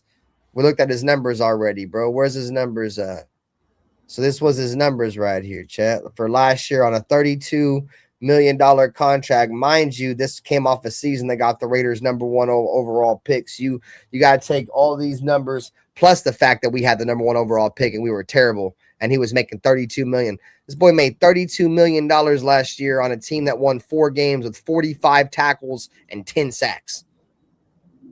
Like, come on, bro. Like, that's the argument. That's the argument, bro. Like, if we was winning, this shit wouldn't really matter, bro. But when you're losing games and your highest paid players are underperforming and fans are okay with these stats right here at 35 million, that's a problem, bro. That's a problem. We're Raider fans, bro. Our motto is just win, not just fucking barely get 45 tackles and 10 sacks for 35 million. Like, what the fuck are we talking about?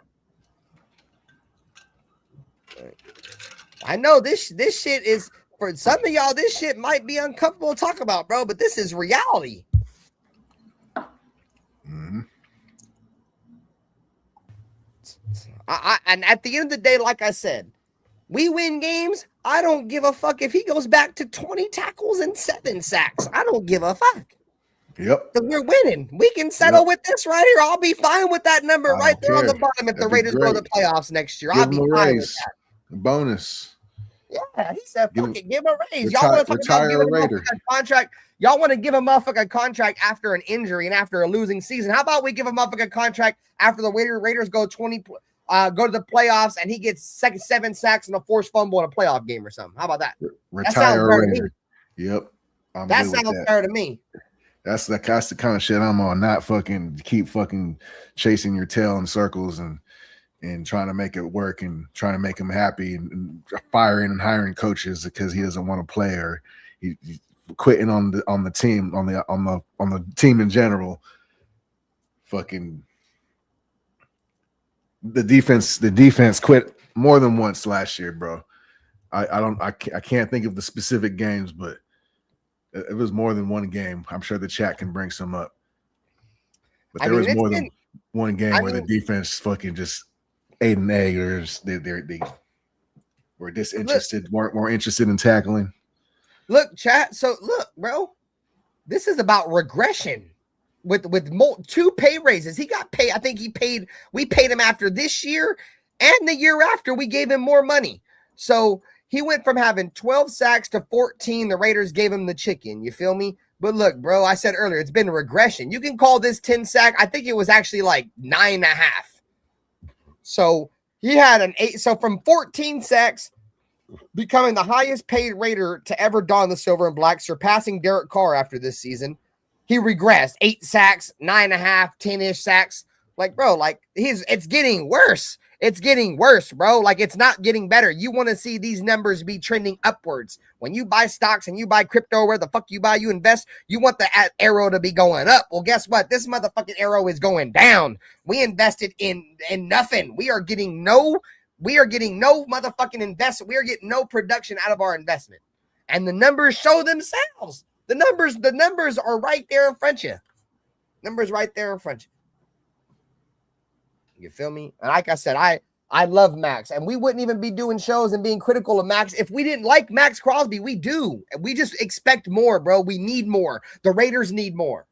We need focus. We need motherfuckers to not be doing podcast. You know what I'm saying? Like, that shit is out, bro. The Cowboys ain't winning shit, and neither are the goddamn Green Bay Packers. Motherfucker ain't never gonna win shit because this motherfucker over here more focused on doing podcasts, talking about Micah Parsons. These motherfuckers are not locked in right now with football, bro. I don't give a fuck what a motherfucker say, bro.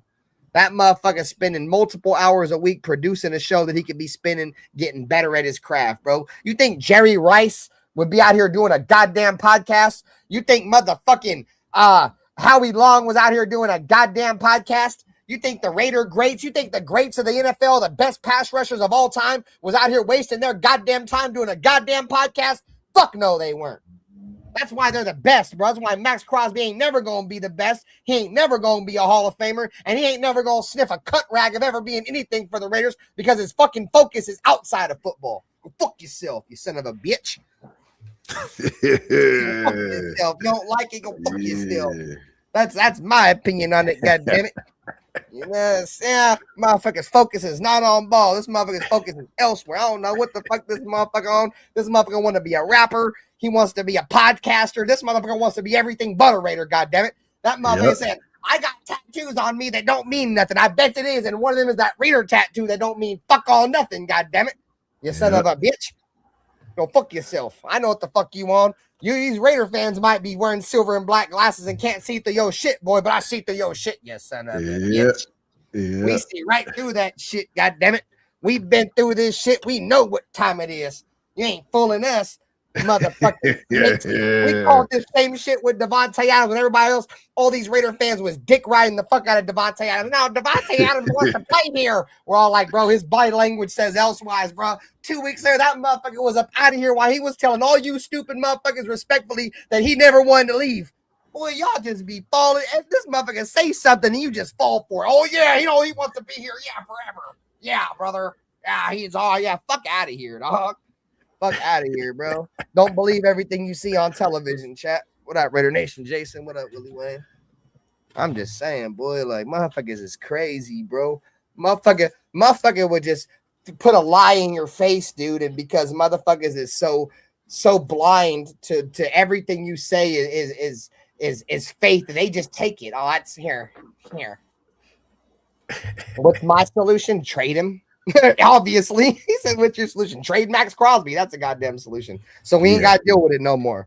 Let Maxx Crosby arguments be somebody else's arguments. What was my number one thing I said about Derek Carr? One of my biggest issues I hated about Derek Carr is that he would divide the fan base, bro. Derek Carr divided the fan base. You had Derek Carr stans and Derek Carr haters. That's what it was, bro. Now you got Maxx Crosby fans and Maxx Crosby haters. So I don't like players that divide fans, bro. And we are back to another player that is dividing fans, bro. Some people see it, some people don't. Some people care. It's just too much, bro. It's too much. It's drama. It's bullshit. And we all know for sure if the Raiders don't win this year, The fucking Maxx Crosby rumors are gonna fire up again. So why are we even wasting time? Just cut the dead meat off now. Let it be over with. You feel me? Shave that shit off and be done with it. Right now, because right now we won't get nothing for him. That's the issue, because he is coming off that injury and nobody's gonna touch him. That's why I'm saying if the Niners are dumb enough, so I'll take a 1 right now, 1 and a 2. Whatever. Fuck. I'll take a 1. Fuck. I'll take just a 2. Fuck it. No, but I would have those 2 ones from Baltimore would have been nice, but I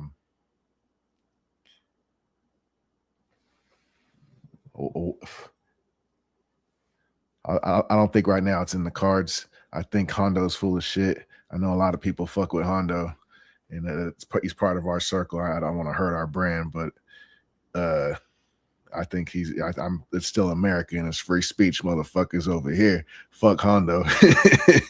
So I think he's full of shit. I think he's always fishing for his own content and his own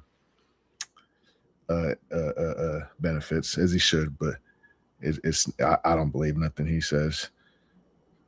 I might have just fucked up. My bad, y'all. It's nutty. But don't listen to me, guys. Just go ahead and erase that. But yeah, I don't see any movement with Maxx coming right now. But I think that down the line, yeah, we lose a couple games and he gets healthy by deadline. He definitely, I could see a couple phone calls. So my bad, bro. We might have to edit a bunch of that shit out. So let me say this, bro. I feel like us coming on here and making arguments of, like legitimate players, guys that, we have high expectations for, our best players, so on and so forth, right? I feel like those are way better arguments to be had, bro. I see people making shows on who's going to make the team, Roman Himby or Dylan Laube. Like, I'm not like, I would rather come on here and have a conversation about Maxx Crosby than have a conversation about Roman Himby and Dylan Laube. I'm gonna come on here and you think I give a fuck about who wins between Roman Himby and Dylan Laube, bro? I care about Maxx Crosby and his production. You feel me? So that's why we have these kind of arguments. You know what I'm saying? What up, Fambo Podcast? What up? Would you mind? Thanks for sliding through. Shout out to the 30 people in the building. Double tap the screen, hit the like button. Make sure you guys are subscribed to Loaded Box Entertainment, man. You feel me? Shout out to the homie Black. I know we live on his channel too. Business Decision Sports. You feel me? I am RaiderBen. This is the Silver and Black Lounge, and you are tuned in to the Just Win Baby podcast. So the other thing that was on that's been going around is Kayron Boutte trade rumors from the Kayshawn Boutte from the New England Patriots. The New England Patriots acquired AJ Brown, and there's been a lot of rumors around the NFL or around the Raiders building that maybe the Raiders would have some interest in Kayshon Boutte. That every time I say that word, it just sounds weird as shit, bro. I ain't gonna lie. I remember we played him last year on week 1, bro. I'm like, what the hell am I saying here? But he's from the New England Patriots. Had a pretty good year last year. He's more of like a number 2. That's the reason why I didn't really see why a lot of people were like the Raiders may be in on a trade. Let's see, we're gonna pull up the numbers here. So we'll go with down here Kayshon Boutte right here, wide receiver. So last season, 33 receptions, 551 yards. See his touchdowns, and he had 6 touchdowns. So this Boutte stats right here, played in 14 games, had 33 receptions on 46 targets, 550 yards. Did have a nice, healthy 16.7 yards per reception right here. That's a nice number to be at, and 6 touchdowns.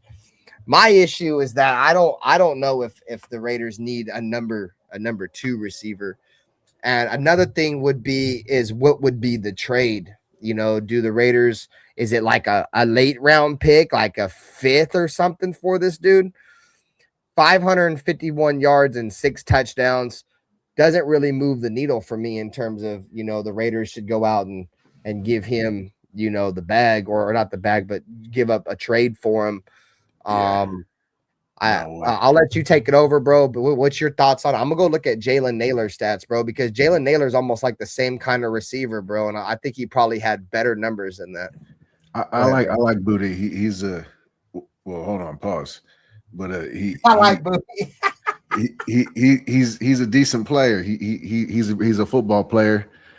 He gets busy. I like the way he gets down, but I'm not willing to give up anything for him. Nothing significant. If we get like a 4th or a 5th, maybe a 5th for sure. But no, I don't think it's worth it unless Kubiak really thinks he can help. And fucking, we're really, somebody's not stepping up, and we're low on depth. Then go get him immediately. So I look at his numbers. So last year, Booty had 33 catches for 551 yards. Jalen Naylor had 29 receptions for 444 yards. So at 15.3 yards per reception, 16.7. So like I said, very similar players. I think Booty may be the taller of the two. I think he's like 6'4". 6'3", 6'4". I don't think Jalen Naylor's that tall. I thought he was a little small. To me, he kind of shaped like Debo. What's his name? Yeah, he's big though, bro. I thought the same thing too, bro. He's like 6'3", bro. Let's see if I can find it real quick. He's big, bro. He's a big boy. Okay. Let me see. He's got that. Oh, he's not. He's 5'11". Okay, so yeah. he is little. Okay. See, I'm kind of out. We don't need no more small receivers, bro. We got enough of those already, bro. Yeah. I thought he was dude. I could have swore somebody was saying that he was a taller receiver. Yeah, that shit's out. No, he's kind of like he's a better gadget. I mean, because Debo Samuel's a gadget player, but he's more than that. I feel like he's a better receiver than Debo Samuel as far as that goes. But I still don't think he's a number one. That's to me, yeah. Yeah, that's out. I ain't gonna lie. I was only gonna talk about this shit because I thought he was a bigger receiver. He's definitely out. Like the Raiders already have Trey Tucker, who's like 5'10". You know what I'm saying? And fucking Jalen Naylor's barely 6 foot tall. Jack Bash is like what 6'1", 6'2". He's not very tall. Like we got a bunch of short ass wide receivers, bro. Like, let me see. So Jack Bash is 6'1". Like, bro. He's slow. Like, he's slow. He got bigger. So I don't know Jack how that's Bash gonna help gonna the play, speed. Bro, Jack Bash gonna play tight end before his career is done, bro. That's what I'm saying, bro. I've been telling people he's our 3rd tight end. Watch out. Bro, there was teams, bro, when we drafted Jack Bash, teams were saying it was a reach because some teams had already seen him as a tight end. Mm-hmm. Bro, we traded down, and I mean, I have to see more out of Rodgers and Grant, bro, but we traded down for 2 mediocre-ass motherfucking linemen that can't even get on the field to draft a fucking tight end that played wide receiver, bro. Like, what the fuck are we doing, bro? It's like the polar opposite of Brock Bowers. Brock Bowers is a wide receiver that played tight end. This motherfucker is a tight end that plays wide. Man, fuck out of here, dog. Yeah. And I ain't trying to hate on Jack Bash, bro, but for what they was all saying, bro, the insiders, they said this motherfucker, bro, couldn't even create separation. That's why he couldn't get on the field. That's the reason why Dante Thornton got on the field before him, is because Dante Thornton was creating separation, bro. And if you can't create separation as a 2nd round pick, and with that defensive back room, bro, we had like the worst DBs in the entire NFL outside of Eric Stokes, and you couldn't create separation. Oh yeah, you suck. You fucking suck, dude. I feel Jack like Stokes is a liability. I like Jack Jones swag, but he was a liability out there. Stokes got away with a lot of shit too, bro, because they wouldn't even look his way because they were so easy on this. It was easy on the other side. It was money. I mean, Eric Stokes, though, I mean, you can't take nothing away from him, bro. He had like the lowest quarterback percentage throwing the ball. He did okay, but I mean, he still lost a bunch of games. I'm not giving him too much credit. I feel you, but I'm always gonna show love to motherfuckers who at least do something. You feel me? Like I'm not gonna be critical Eric Stokes the way I'm a Maxx Crosby, because Eric Stokes ain't the corner franchise of our fucking team. He was a dude that I had very low expectations coming in last year. It was a dude that was considered a bust by a lot of Green Bay Packer fans. Packer fans thought he was shit. They didn't think he was going to be very good at all. You know what I'm saying? They already deemed him out. They're like, haha, go the Raiders, enjoy him. He sucks. And he came over and was extremely productive for us. You know what I'm saying? So that's the only reason why, you feel me, I give him a little bit of credit.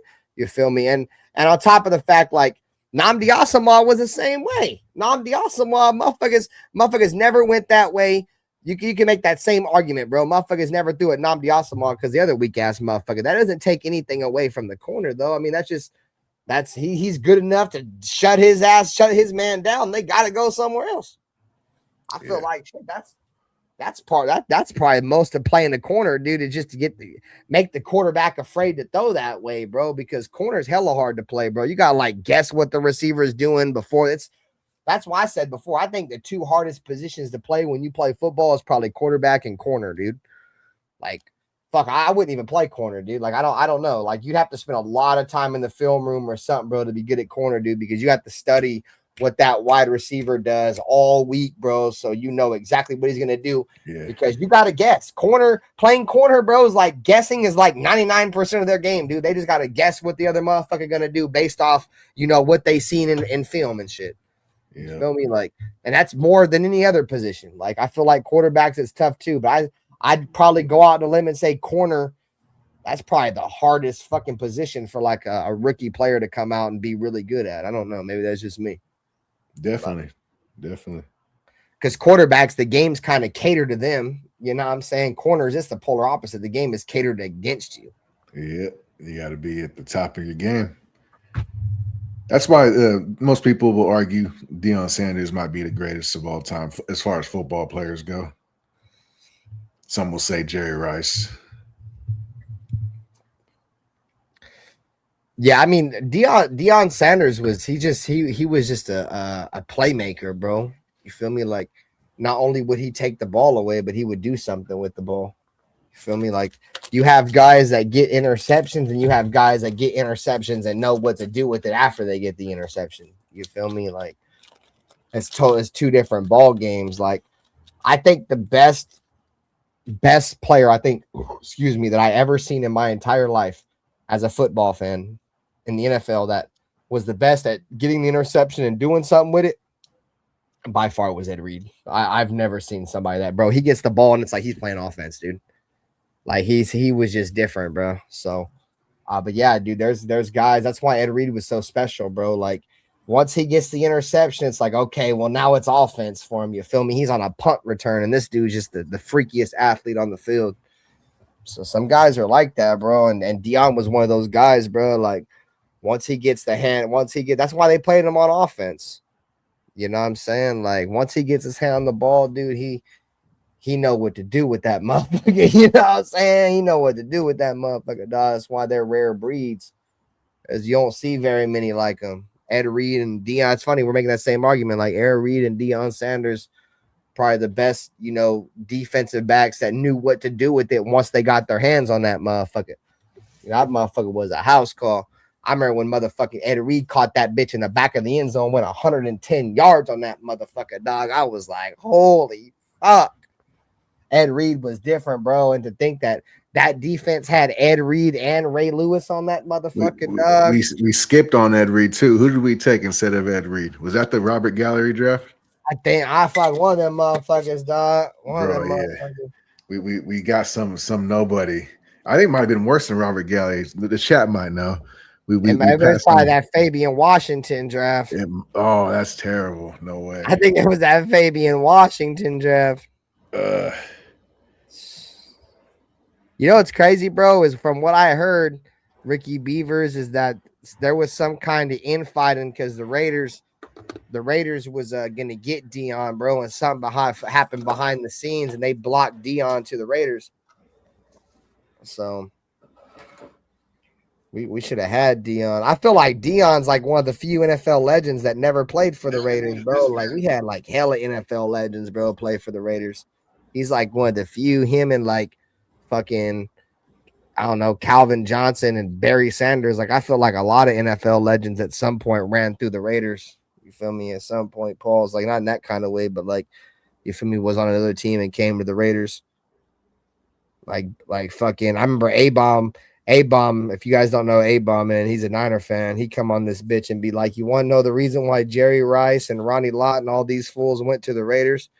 I was like, why? And he was like, because they want to know what it felt like to lose a Super Bowl. I was like, oh, that's fucked up.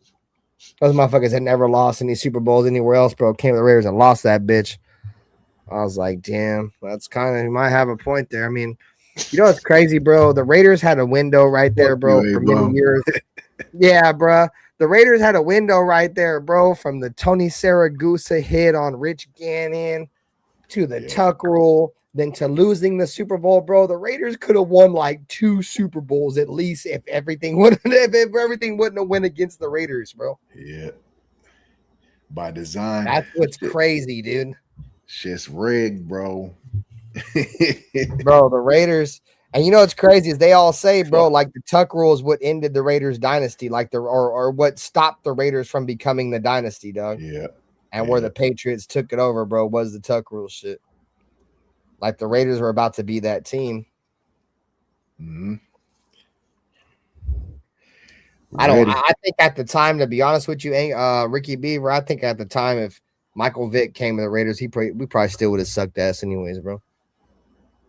We didn't have no team. We really didn't have no team. Like the only time we really had a team, you know, between the Rich Gannon era and the Derek Carr era was that couple years there where we had Jason Campbell and McFadden and Denarius Moore and Hugh Jackson finally got something out of Darius Hayward Bay. But like outside of those couple of years, dude, that roster was terrible. Like there was a reason why the Raiders were a bad team for so many years, you know, in the 20 teens. You feel me? Because we had just terrible rosters, bro. Just year in and year out drafting guys like Robert Gallery and Fabian Washington and fucking Stanford Rout and fucking, you know, Darius Hayward Bays and all these fucking bums year in and year out. You feel me? That's why we sucked. So, I mean, the only reason why we even got competitive, dude, is because Hugh Jackson was able to get something out of that. I felt like we always had a chance, you feel me, sometimes in terms of talent, but we never had a coach that could get anything out of those guys, bro, and Hugh Jackson was able to do that. So, Jack Del Rio had a little bit of success. Nah, he's different, though. He was one of the guys that almost engineered the Raiders back to greatest, dude. That 2016 season where Derek Carr broke his leg will be one of the biggest what ifs, not only in Raider history, but NFL history, bro, because the Raiders were on a fucking roll, dude. And Derek Carr was about to roll himself into an MVP.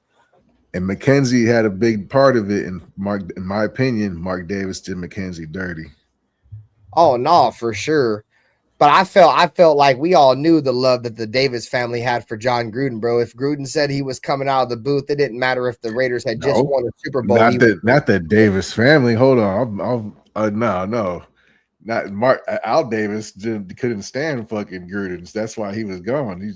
I meant like Mark Davis. Yeah. Mark ass Davis. He was on his nuts because he fought back to his dad, and he probably looked up to him like, "Oh, you're so tough. Like you fought against my dad." Like he probably liked that shit or so. I don't know, bro. Because how I see their relationship with Al Davis and Mark Davis, it was kind of like, get away from me. Like Al Davis didn't fuck with Mark Davis, and I think as soon as he took over. And at least with Reggie McKenzie, bro, at least he didn't let Dennis Allen drag him down, bro. You feel me? Because we've had a lot of general managers, bro, where they were afraid to fire their first hire. You feel me? And Reggie McKenzie hired Dennis Allen. That was his first coach. And he went in this bitch and said, this is the man for the job. That boy said after like a year or two, he's like, man, fuck this. You're out of here. You feel me? And you know, that's another credit too, because I mean the Raiders could have hung on to Dennis Allen. You know, I think he's a solid defensive coordinator, but he's not a head coach in the league. You know what I mean? And as soon as we got rid of Dennis Allen, bro, we bought in Jack Del Rio. We went from fucking 3 or 4 wins to 7 in one season. You know what I'm saying? And then went from 7 to 12, which, you know, could have been, you know, whatever happened if Derek Carr didn't break his leg. So, yeah.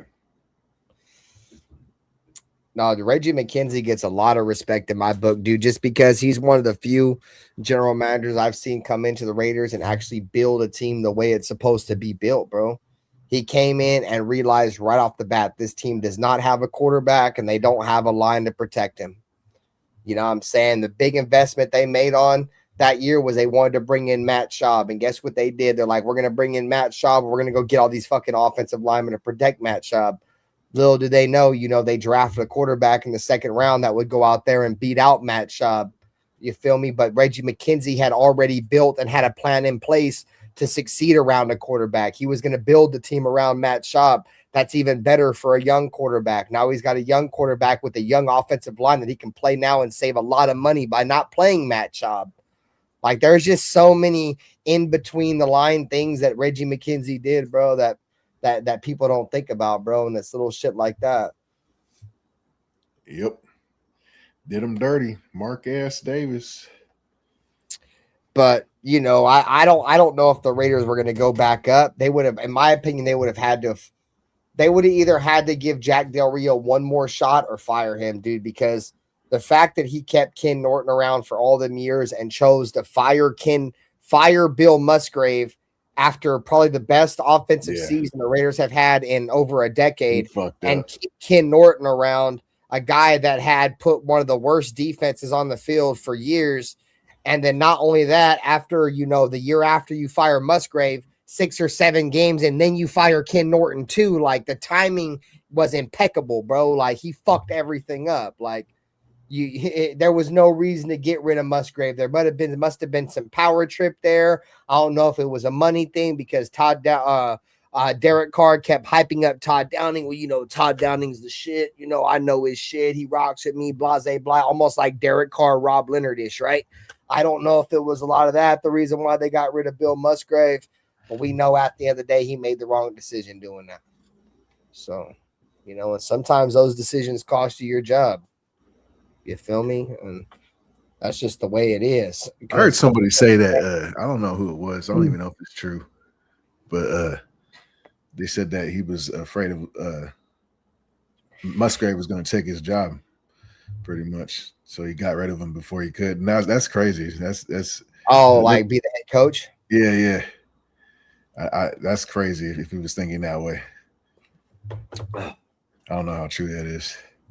It's what's crazy, bro. It's like I don't even know how many people thought that Derek Carr would even played been a starting quarterback for the Raiders. But I remember we drafted. I'm like, you feel me? Maybe. But I had seen so many quarterbacks come in and out of the Raiders. I'm like, you feel me? He's probably just going to be another one of them guys.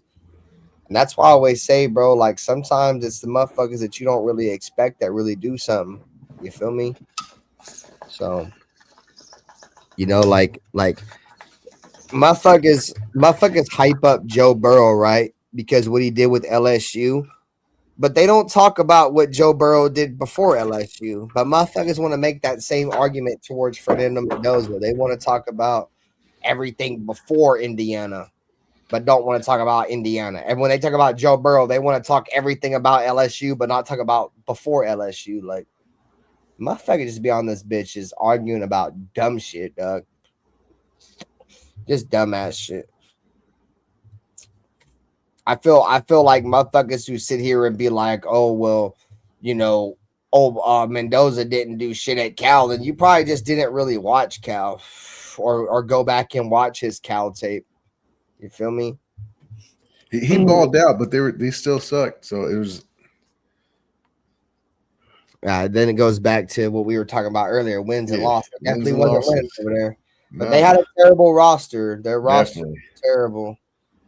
I mean, I hate to say that, but that's pretty much all West Coast football teams. That's not like the pinnacle of West Coast, like Stanford and Oregon and USC. Like outside that, the majority of West Coast football is trash. Yeah, you gotta have the thing with that is you gotta have grades out here to play up here. Pretty much, I'll swear you could get away with murder, damn near, and DUIs and. Oh yeah, it probably makes sense then. Yeah. Yeah. So it's harder to build your team that way from that point. You got a bunch of choir boys compared to a bunch of fucking inmates. You know what I'm saying? Who would you rather have on your team, choir boys or inmates, when you're playing football, chat? Want pocket protectors or you want shanks? You know what I'm saying? You need to make sure you can't have a bunch of fucking slap dicks. No, I need what's that movie called? The Longest Yard. I need a whole team full of them. They were all in prison, but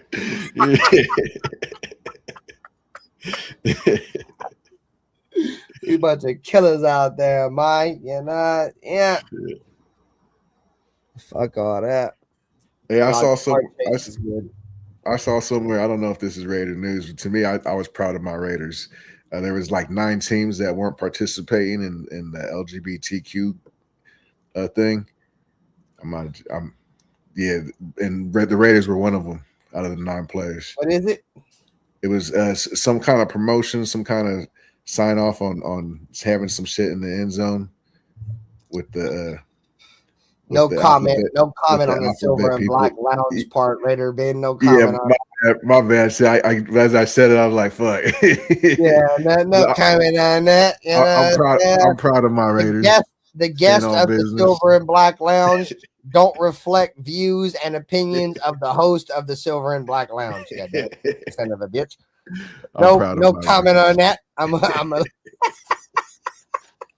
stay the fuck away from that. I'll come on here and say some dumb shit, boy. Put my foot all the way in my mouth. Yeah, we gotta move. Yeah. Hey. God, was like, no comment already, motherfucker. I am not doing it. No, that's interesting though. So like, motherfuckers had to make a vote on it or something. Something. I didn't read the whole thing. I just kind of slipped through it, but I had to put a logo on the field. Yeah, some sort of something was on the end zone, or I don't know. But it's like this, bro. My thing is like, hold on, chat. Is this shit real? This shit real life? That's for real. That ain't no troll shit. No, I don't think so. Oh my god, yeah, no comment. What up, J Dog? We'll talk behind the scenes on that. No, they're gonna put an LBGTQ thing on the field. I don't know. That's what I saw. Jesus Christ, Savior in heaven. Oh my Lord. Anyways, next subject. And you guys play Diablo? Bro, I've been fucking with Diablo, boy. Diablo, tough. Oh, that's But anyways, hey, bro, the Niners got a male cheerleader.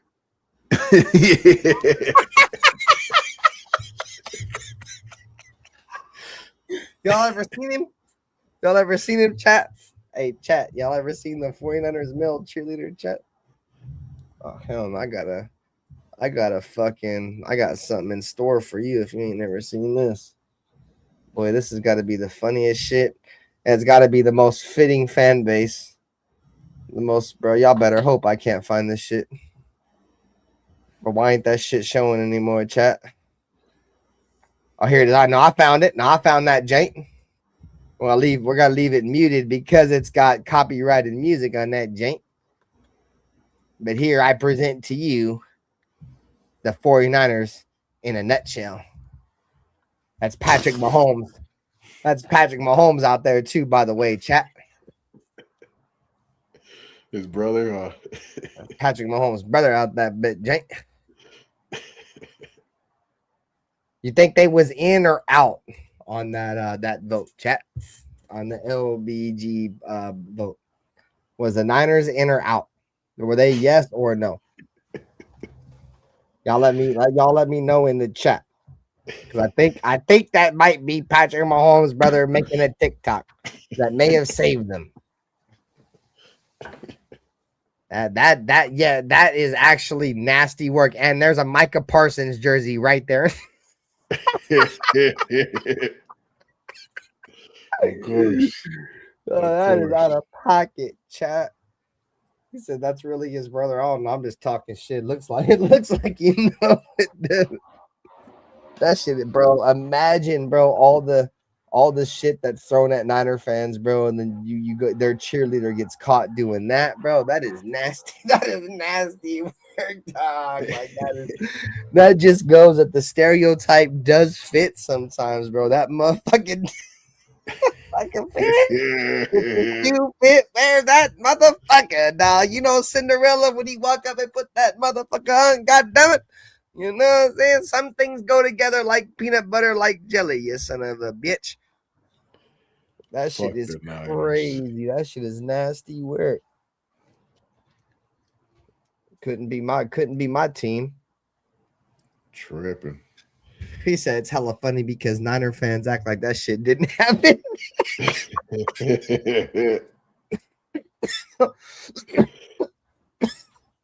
Bro, that motherfucker was out there throwing that bit back, boy. You know what I'm saying? That shit was going crazy. He was out there doing all kind of crazy shit.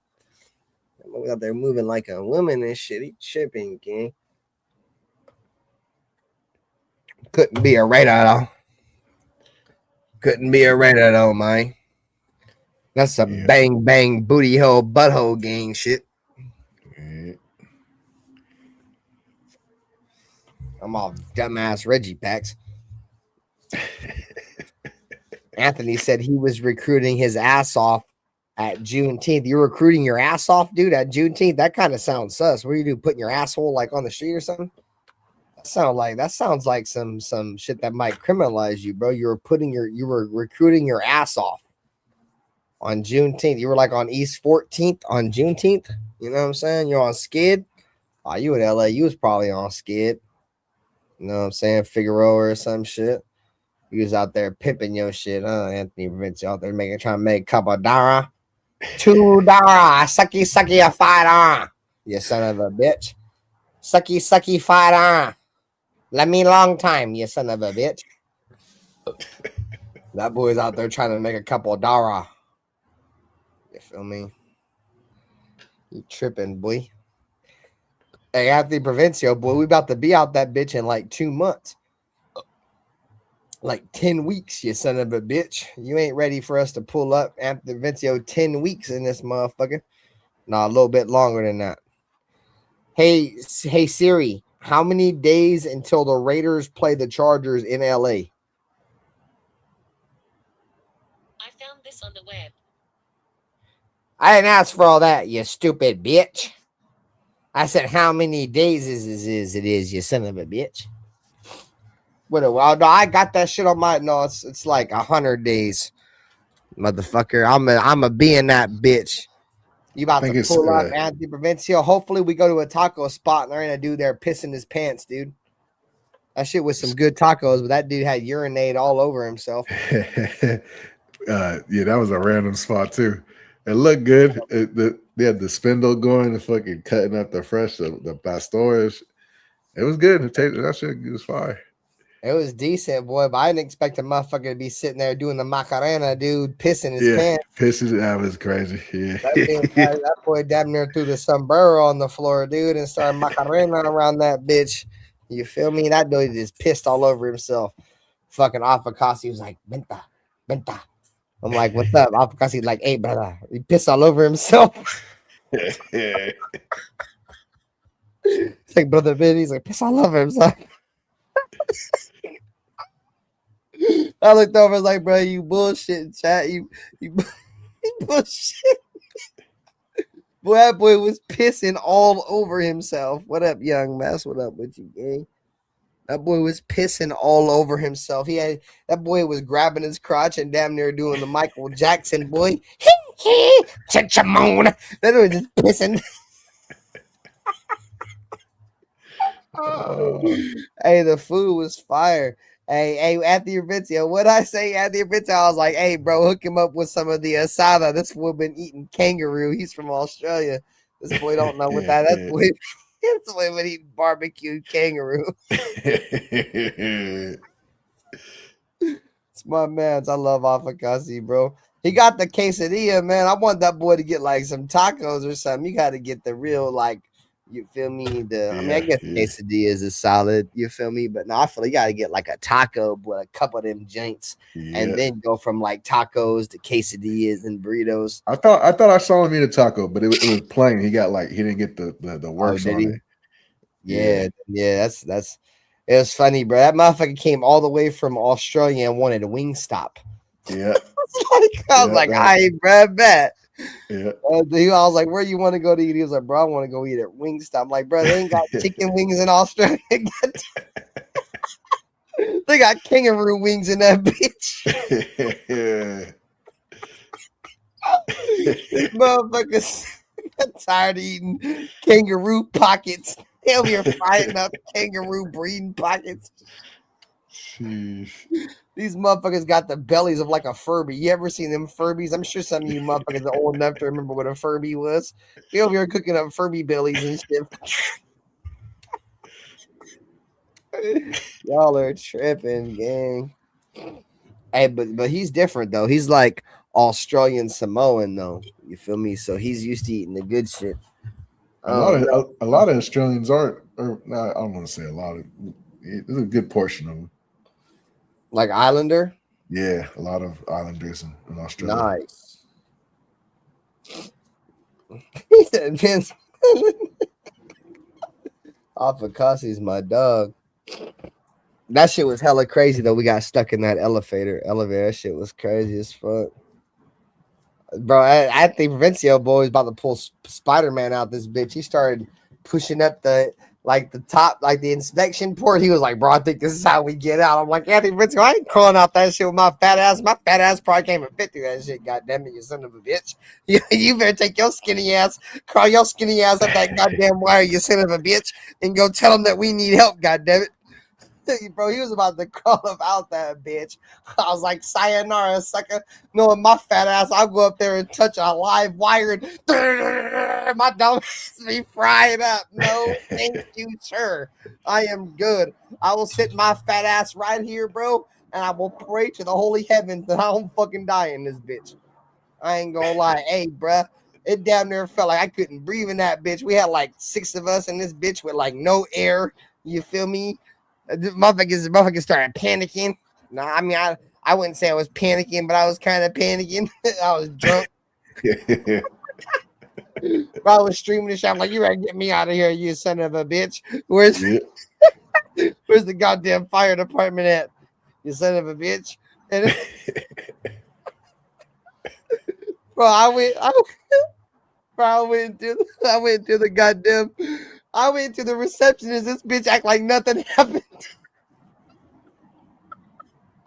Bro, we went to the receptionist and this bitch act like nothing happened, bro. Like we didn't just damn near die in the elevator, you son of a bitch. I was like, bitch, we was just stuck in that elevator. Oh yeah, I heard. I was like, bitch, there ain't no way you about to look at me like that and just tell me that I just got almost died in your elevator and you about to be like, oh yeah, I heard. Like, the fuck, bitch? You got me fucked up. Bro, we could have died in that bitch, bro. That bitch wouldn't give a fuck, dog. We need breakfast vouchers. We need fresh pillows and towels. What you gonna do? Come on, bro. That's why when I left and I talked to the manager, he was like, "Yeah, that shit was kind of out of pocket." Well, he didn't say that verbatim. He was like, "Yeah, man, that don't represent what we're about." And I'm like, "Bro, I'm gonna keep it a bean there with y'all." And you guys know this is me being real. I ain't lying. I go to LA every year. I'm always looking for a different spot to stay at. After the way that bitch treated me, you think I'd ever go back to that fucking place? Hell no, boy. I'll go stay in the slums in Inglewood before I go back to that bitch. I don't give a fuck. Just the way I treated made me feel like if I died in that bitch, they wouldn't have gave a fuck. You feel me? And he understood that. He was like, "Yeah, it's fine. That's not what we're about." And it was cool because the total refund I got was like over $300 they gave me back for that. So, you know, he made it right. So shout to that manager. I'd imagine she lost her job. I don't think she works there anymore if she treats other customers like that. Yeah, I mean, even I don't give a fuck, bro. Even if it was just on the bottom floor, the fact that bitch was just like in there, like all your people that are coming in right now, like I hate to say this to you, y'all are irrelevant. Y'all ain't really spent no bread yet. You got somebody in this bitch that had already paid, and he's about to die in your goddamn elevator, and you just sitting on your lazy motherfucking ass in there, like you don't give a fuck. Like if I worked there, bro, I would have been like, "Hey, you guys, people in line, I'm sorry, y'all gotta wait. I got somebody stuck in the elevator," and they would have understood that. They'd have been like, "Yeah, bro, you feel me? That we get it. You feel me?" But nah, that bitch didn't give a fuck. That bitch would have let us die. That bitch didn't give two fucks. Yeah, I haven't made my reservations yet. So I thought about going back there just because it was convenient, but I already got my spot. You want I'll send you where I'm at. I'm in the same spot as D Menace. And it's within walking distance, bro. It's like a half a mile to the stadium. So yeah, there was some ratchet ass spots. That was gonna my bad, but I'll look into it. I'll some send more. you one. Send me where you're at. Yeah. I mean, it's better than that first one we stayed at a couple years ago. The dirty ass curtain. It's better than that one. Yeah, that one. That's the thing is, bro. It's like, unfortunately, that's in Inglewood, bro. Like all them hotels are pretty shit unless you want to go stay at like you want to spend a couple $100 to stay in the Hilton. That's why I kept trying to tell my old lady, like, the reason why the reviews are hella bad because that's Inglewood. You feel me? Like a lot of them hotels, really, you got to go in there with low expectations. If you want to get a hotel, a nice one, you're gonna be next to the motherfucking the airport where Alpha Kasi was at the Hilton, and you're gonna pay $200 a night close to it. You're gonna get your money's worth, but then you paying, you feel me, another $40 for Uber to the game, and then another $100 back. Like, well, the Gardens was cool, it was clean, just the elevators were nah, like I like the Garden. I like where we were at, bro. Like I would go back, but the issue is, bro, it's hella hard to get an Uber after the game, bro. It's hella hard. Like no matter what, I'm always walking back to the hotel after the game. Yeah. Like and if you get an Uber inside the little thing, bro, they're charging you for sitting in line to get out of the parking lot. Yeah, bro, you can suck my dick. You know what I'm saying? Once you get on the street, bro, you're pretty much fried because you know the traffic over there after the game, dude. It's impossible. It's impossible, bro. Like our Uber missed us 3 times. He's like, I can't find you. So the last 3 times I've gone to LA, I've walked back to my hotel anyways. So this time I'm like, nah, fuck that. I'm just gonna stay right here at the hotel. It's within a half a mile. I'm gonna just walk. Yeah. So the Hilton, bro, we were at last year, bro. Me and my wife walked back, bro. It was like 2 miles, like a mile and a half. Like, fuck all. I'm not walking back a mile and a half after the game. Fuck all that. Yep. Yeah, it was cool though. Cause I'll be burnt out as soon as we touch down. I'm like, fuck, feet are tired. Kick off my shoes and fucking. That's why. It's a wrap. Bro, how you think I feel? I gotta drive up that bitch. But I be having energy though, bro. Like when I get there, I go there with the mindset like I might be tired from the drive, right? But I'm gonna have a full night's rest before I go to the game. For the most part, I should, barring some crazy party or something goes up. I'm gonna go to sleep, right? So that's why I'm able to go hard. You feel me? But I remember that one night, bro. I drove to the game the night of the game. Like that morning, bro, that was the worst decision I ever made in my life. Because I drove to the game at like 3 a.m. and I got to LA at like 9 a.m. with like 2 hours of sleep, 3 hours of sleep. Oh, man. Worst decision I ever made in my life. So, yeah. So, even if I'm tired when I get to LA on a Saturday, I'm just like, fuck it. You feel me? It don't matter. I'll drink a couple of Red Bulls, go party. You feel me? I'll have a good night's sleep Saturday, going into the game on Sunday for the most part, barring anything crazy. Yeah. No, I like the drive, Anthony Provencio. I mean, I don't like the drive back. I like the drive to LA because it's like, oh, yeah, I'm going to go meet the Hammies. You feel me? Turn up. You know what I'm saying? But it sucks for the ride back, bro, because the last 3 times we've gone, it's been losses. So the drive back is a long-ass drive, and it's even worse when the Raiders lose. It's like, fuck, bro. Like, I met up with the homies, boy, but I just dropped dumbass bread and wasted dumbass time coming all the way to LA. You feel me? Like, just for this fucking sorry-ass team to lose again. Yeah. Like I said, the only thing that balances out is I get to link up with the homies and we have a good time. But outside of that, boy, that shit stinks. That shit is ass. But something's got to give. Ready though. Something's got to give at some point, bro. We ain't about to just never win it so far. Like we still haven't won with fans, and bro, like at some point it's got to give, right? I mean, the Broncos never beat the Las Vegas Raiders until they did, and now look, now we can't beat them at all. So. Something's got to give at some point. It all starts from the top, bro. You get a well-ran organization, you can win games, bro. I mean, the Broncos, until they got Sean Payton, bro, I mean, they've been shit since Peyton Manning and our ex-head coach's father went with old buddy. So,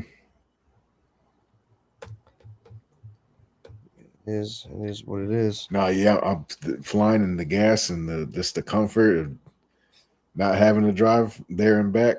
Yeah, it's worth it for me to fly. Nah, for real. I mean, if I was going to the game by myself, yeah, I'd probably for surely fly. For surely. Me and my old lady. My girl likes to drive too, bro. My girl likes that whole road trip shit. Oh yeah, you save some money if you got somebody driving with you. I mean, it's cool though. Like we don't ever really drive anywhere, bro. Like we don't really drive our car anywhere. So fuck it, we drive to LA and back. So.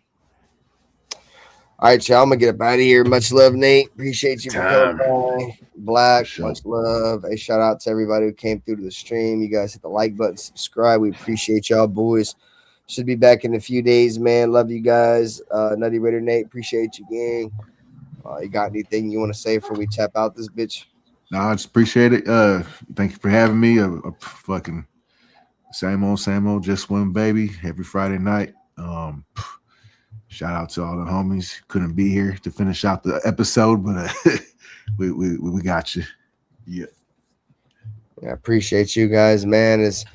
As the season gets closer and closer, man. Like I said, the content wraps up. Unfortunately, like I said earlier, the time between the NFL draft and training camp is a long stretch before anything gets popping again. But once this shit starts ramping up a little bit, we'll be here more often. Like I said, go shout out to the homie Black. Go check out Business Decision Sports. He goes live. He does a few Raider shows throughout the week. He finds shit to talk about. You feel me? And I respect guys that do that, man. You feel me? Yeah, I give him a lot of shit, but he got some good content. Go fuck with him. Yeah, so go fuck with him, man. Like he's a part of the network, man. So go rock with his shit. But bro, once football season comes, Benther gonna be in this bitch live and direct 7 days a week. I don't miss a show. So love y'all, boys. Appreciate you guys. Double tap the like button, subscribe as always, man. For RaiderBen, for Nutty Raider Nate, for the homie Black, and for the homie Dirty, man. We see you, boy. We love you. Hopefully you get better, and we see you guys in the next one, man. Love y'all. Peace out. Go Raiders, man. Raider. Which team, by colors alone, is identifiable around the world? The autumn wind is a Raider. Which team, by slogan, commitment to excellence? Pillaging just for fun. Just win, baby. He'll knock you around. All those things Then upside down. are the Raiders. And laugh when he's conquered and won. When you have great coaches, then after you have great coaches, you get great players. You have a great organization, and you tell them one thing: just win.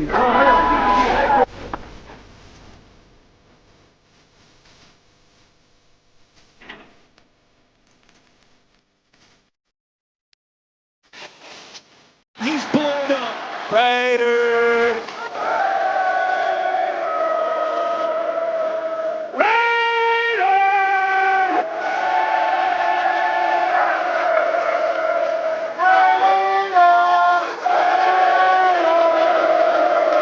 Just win, baby.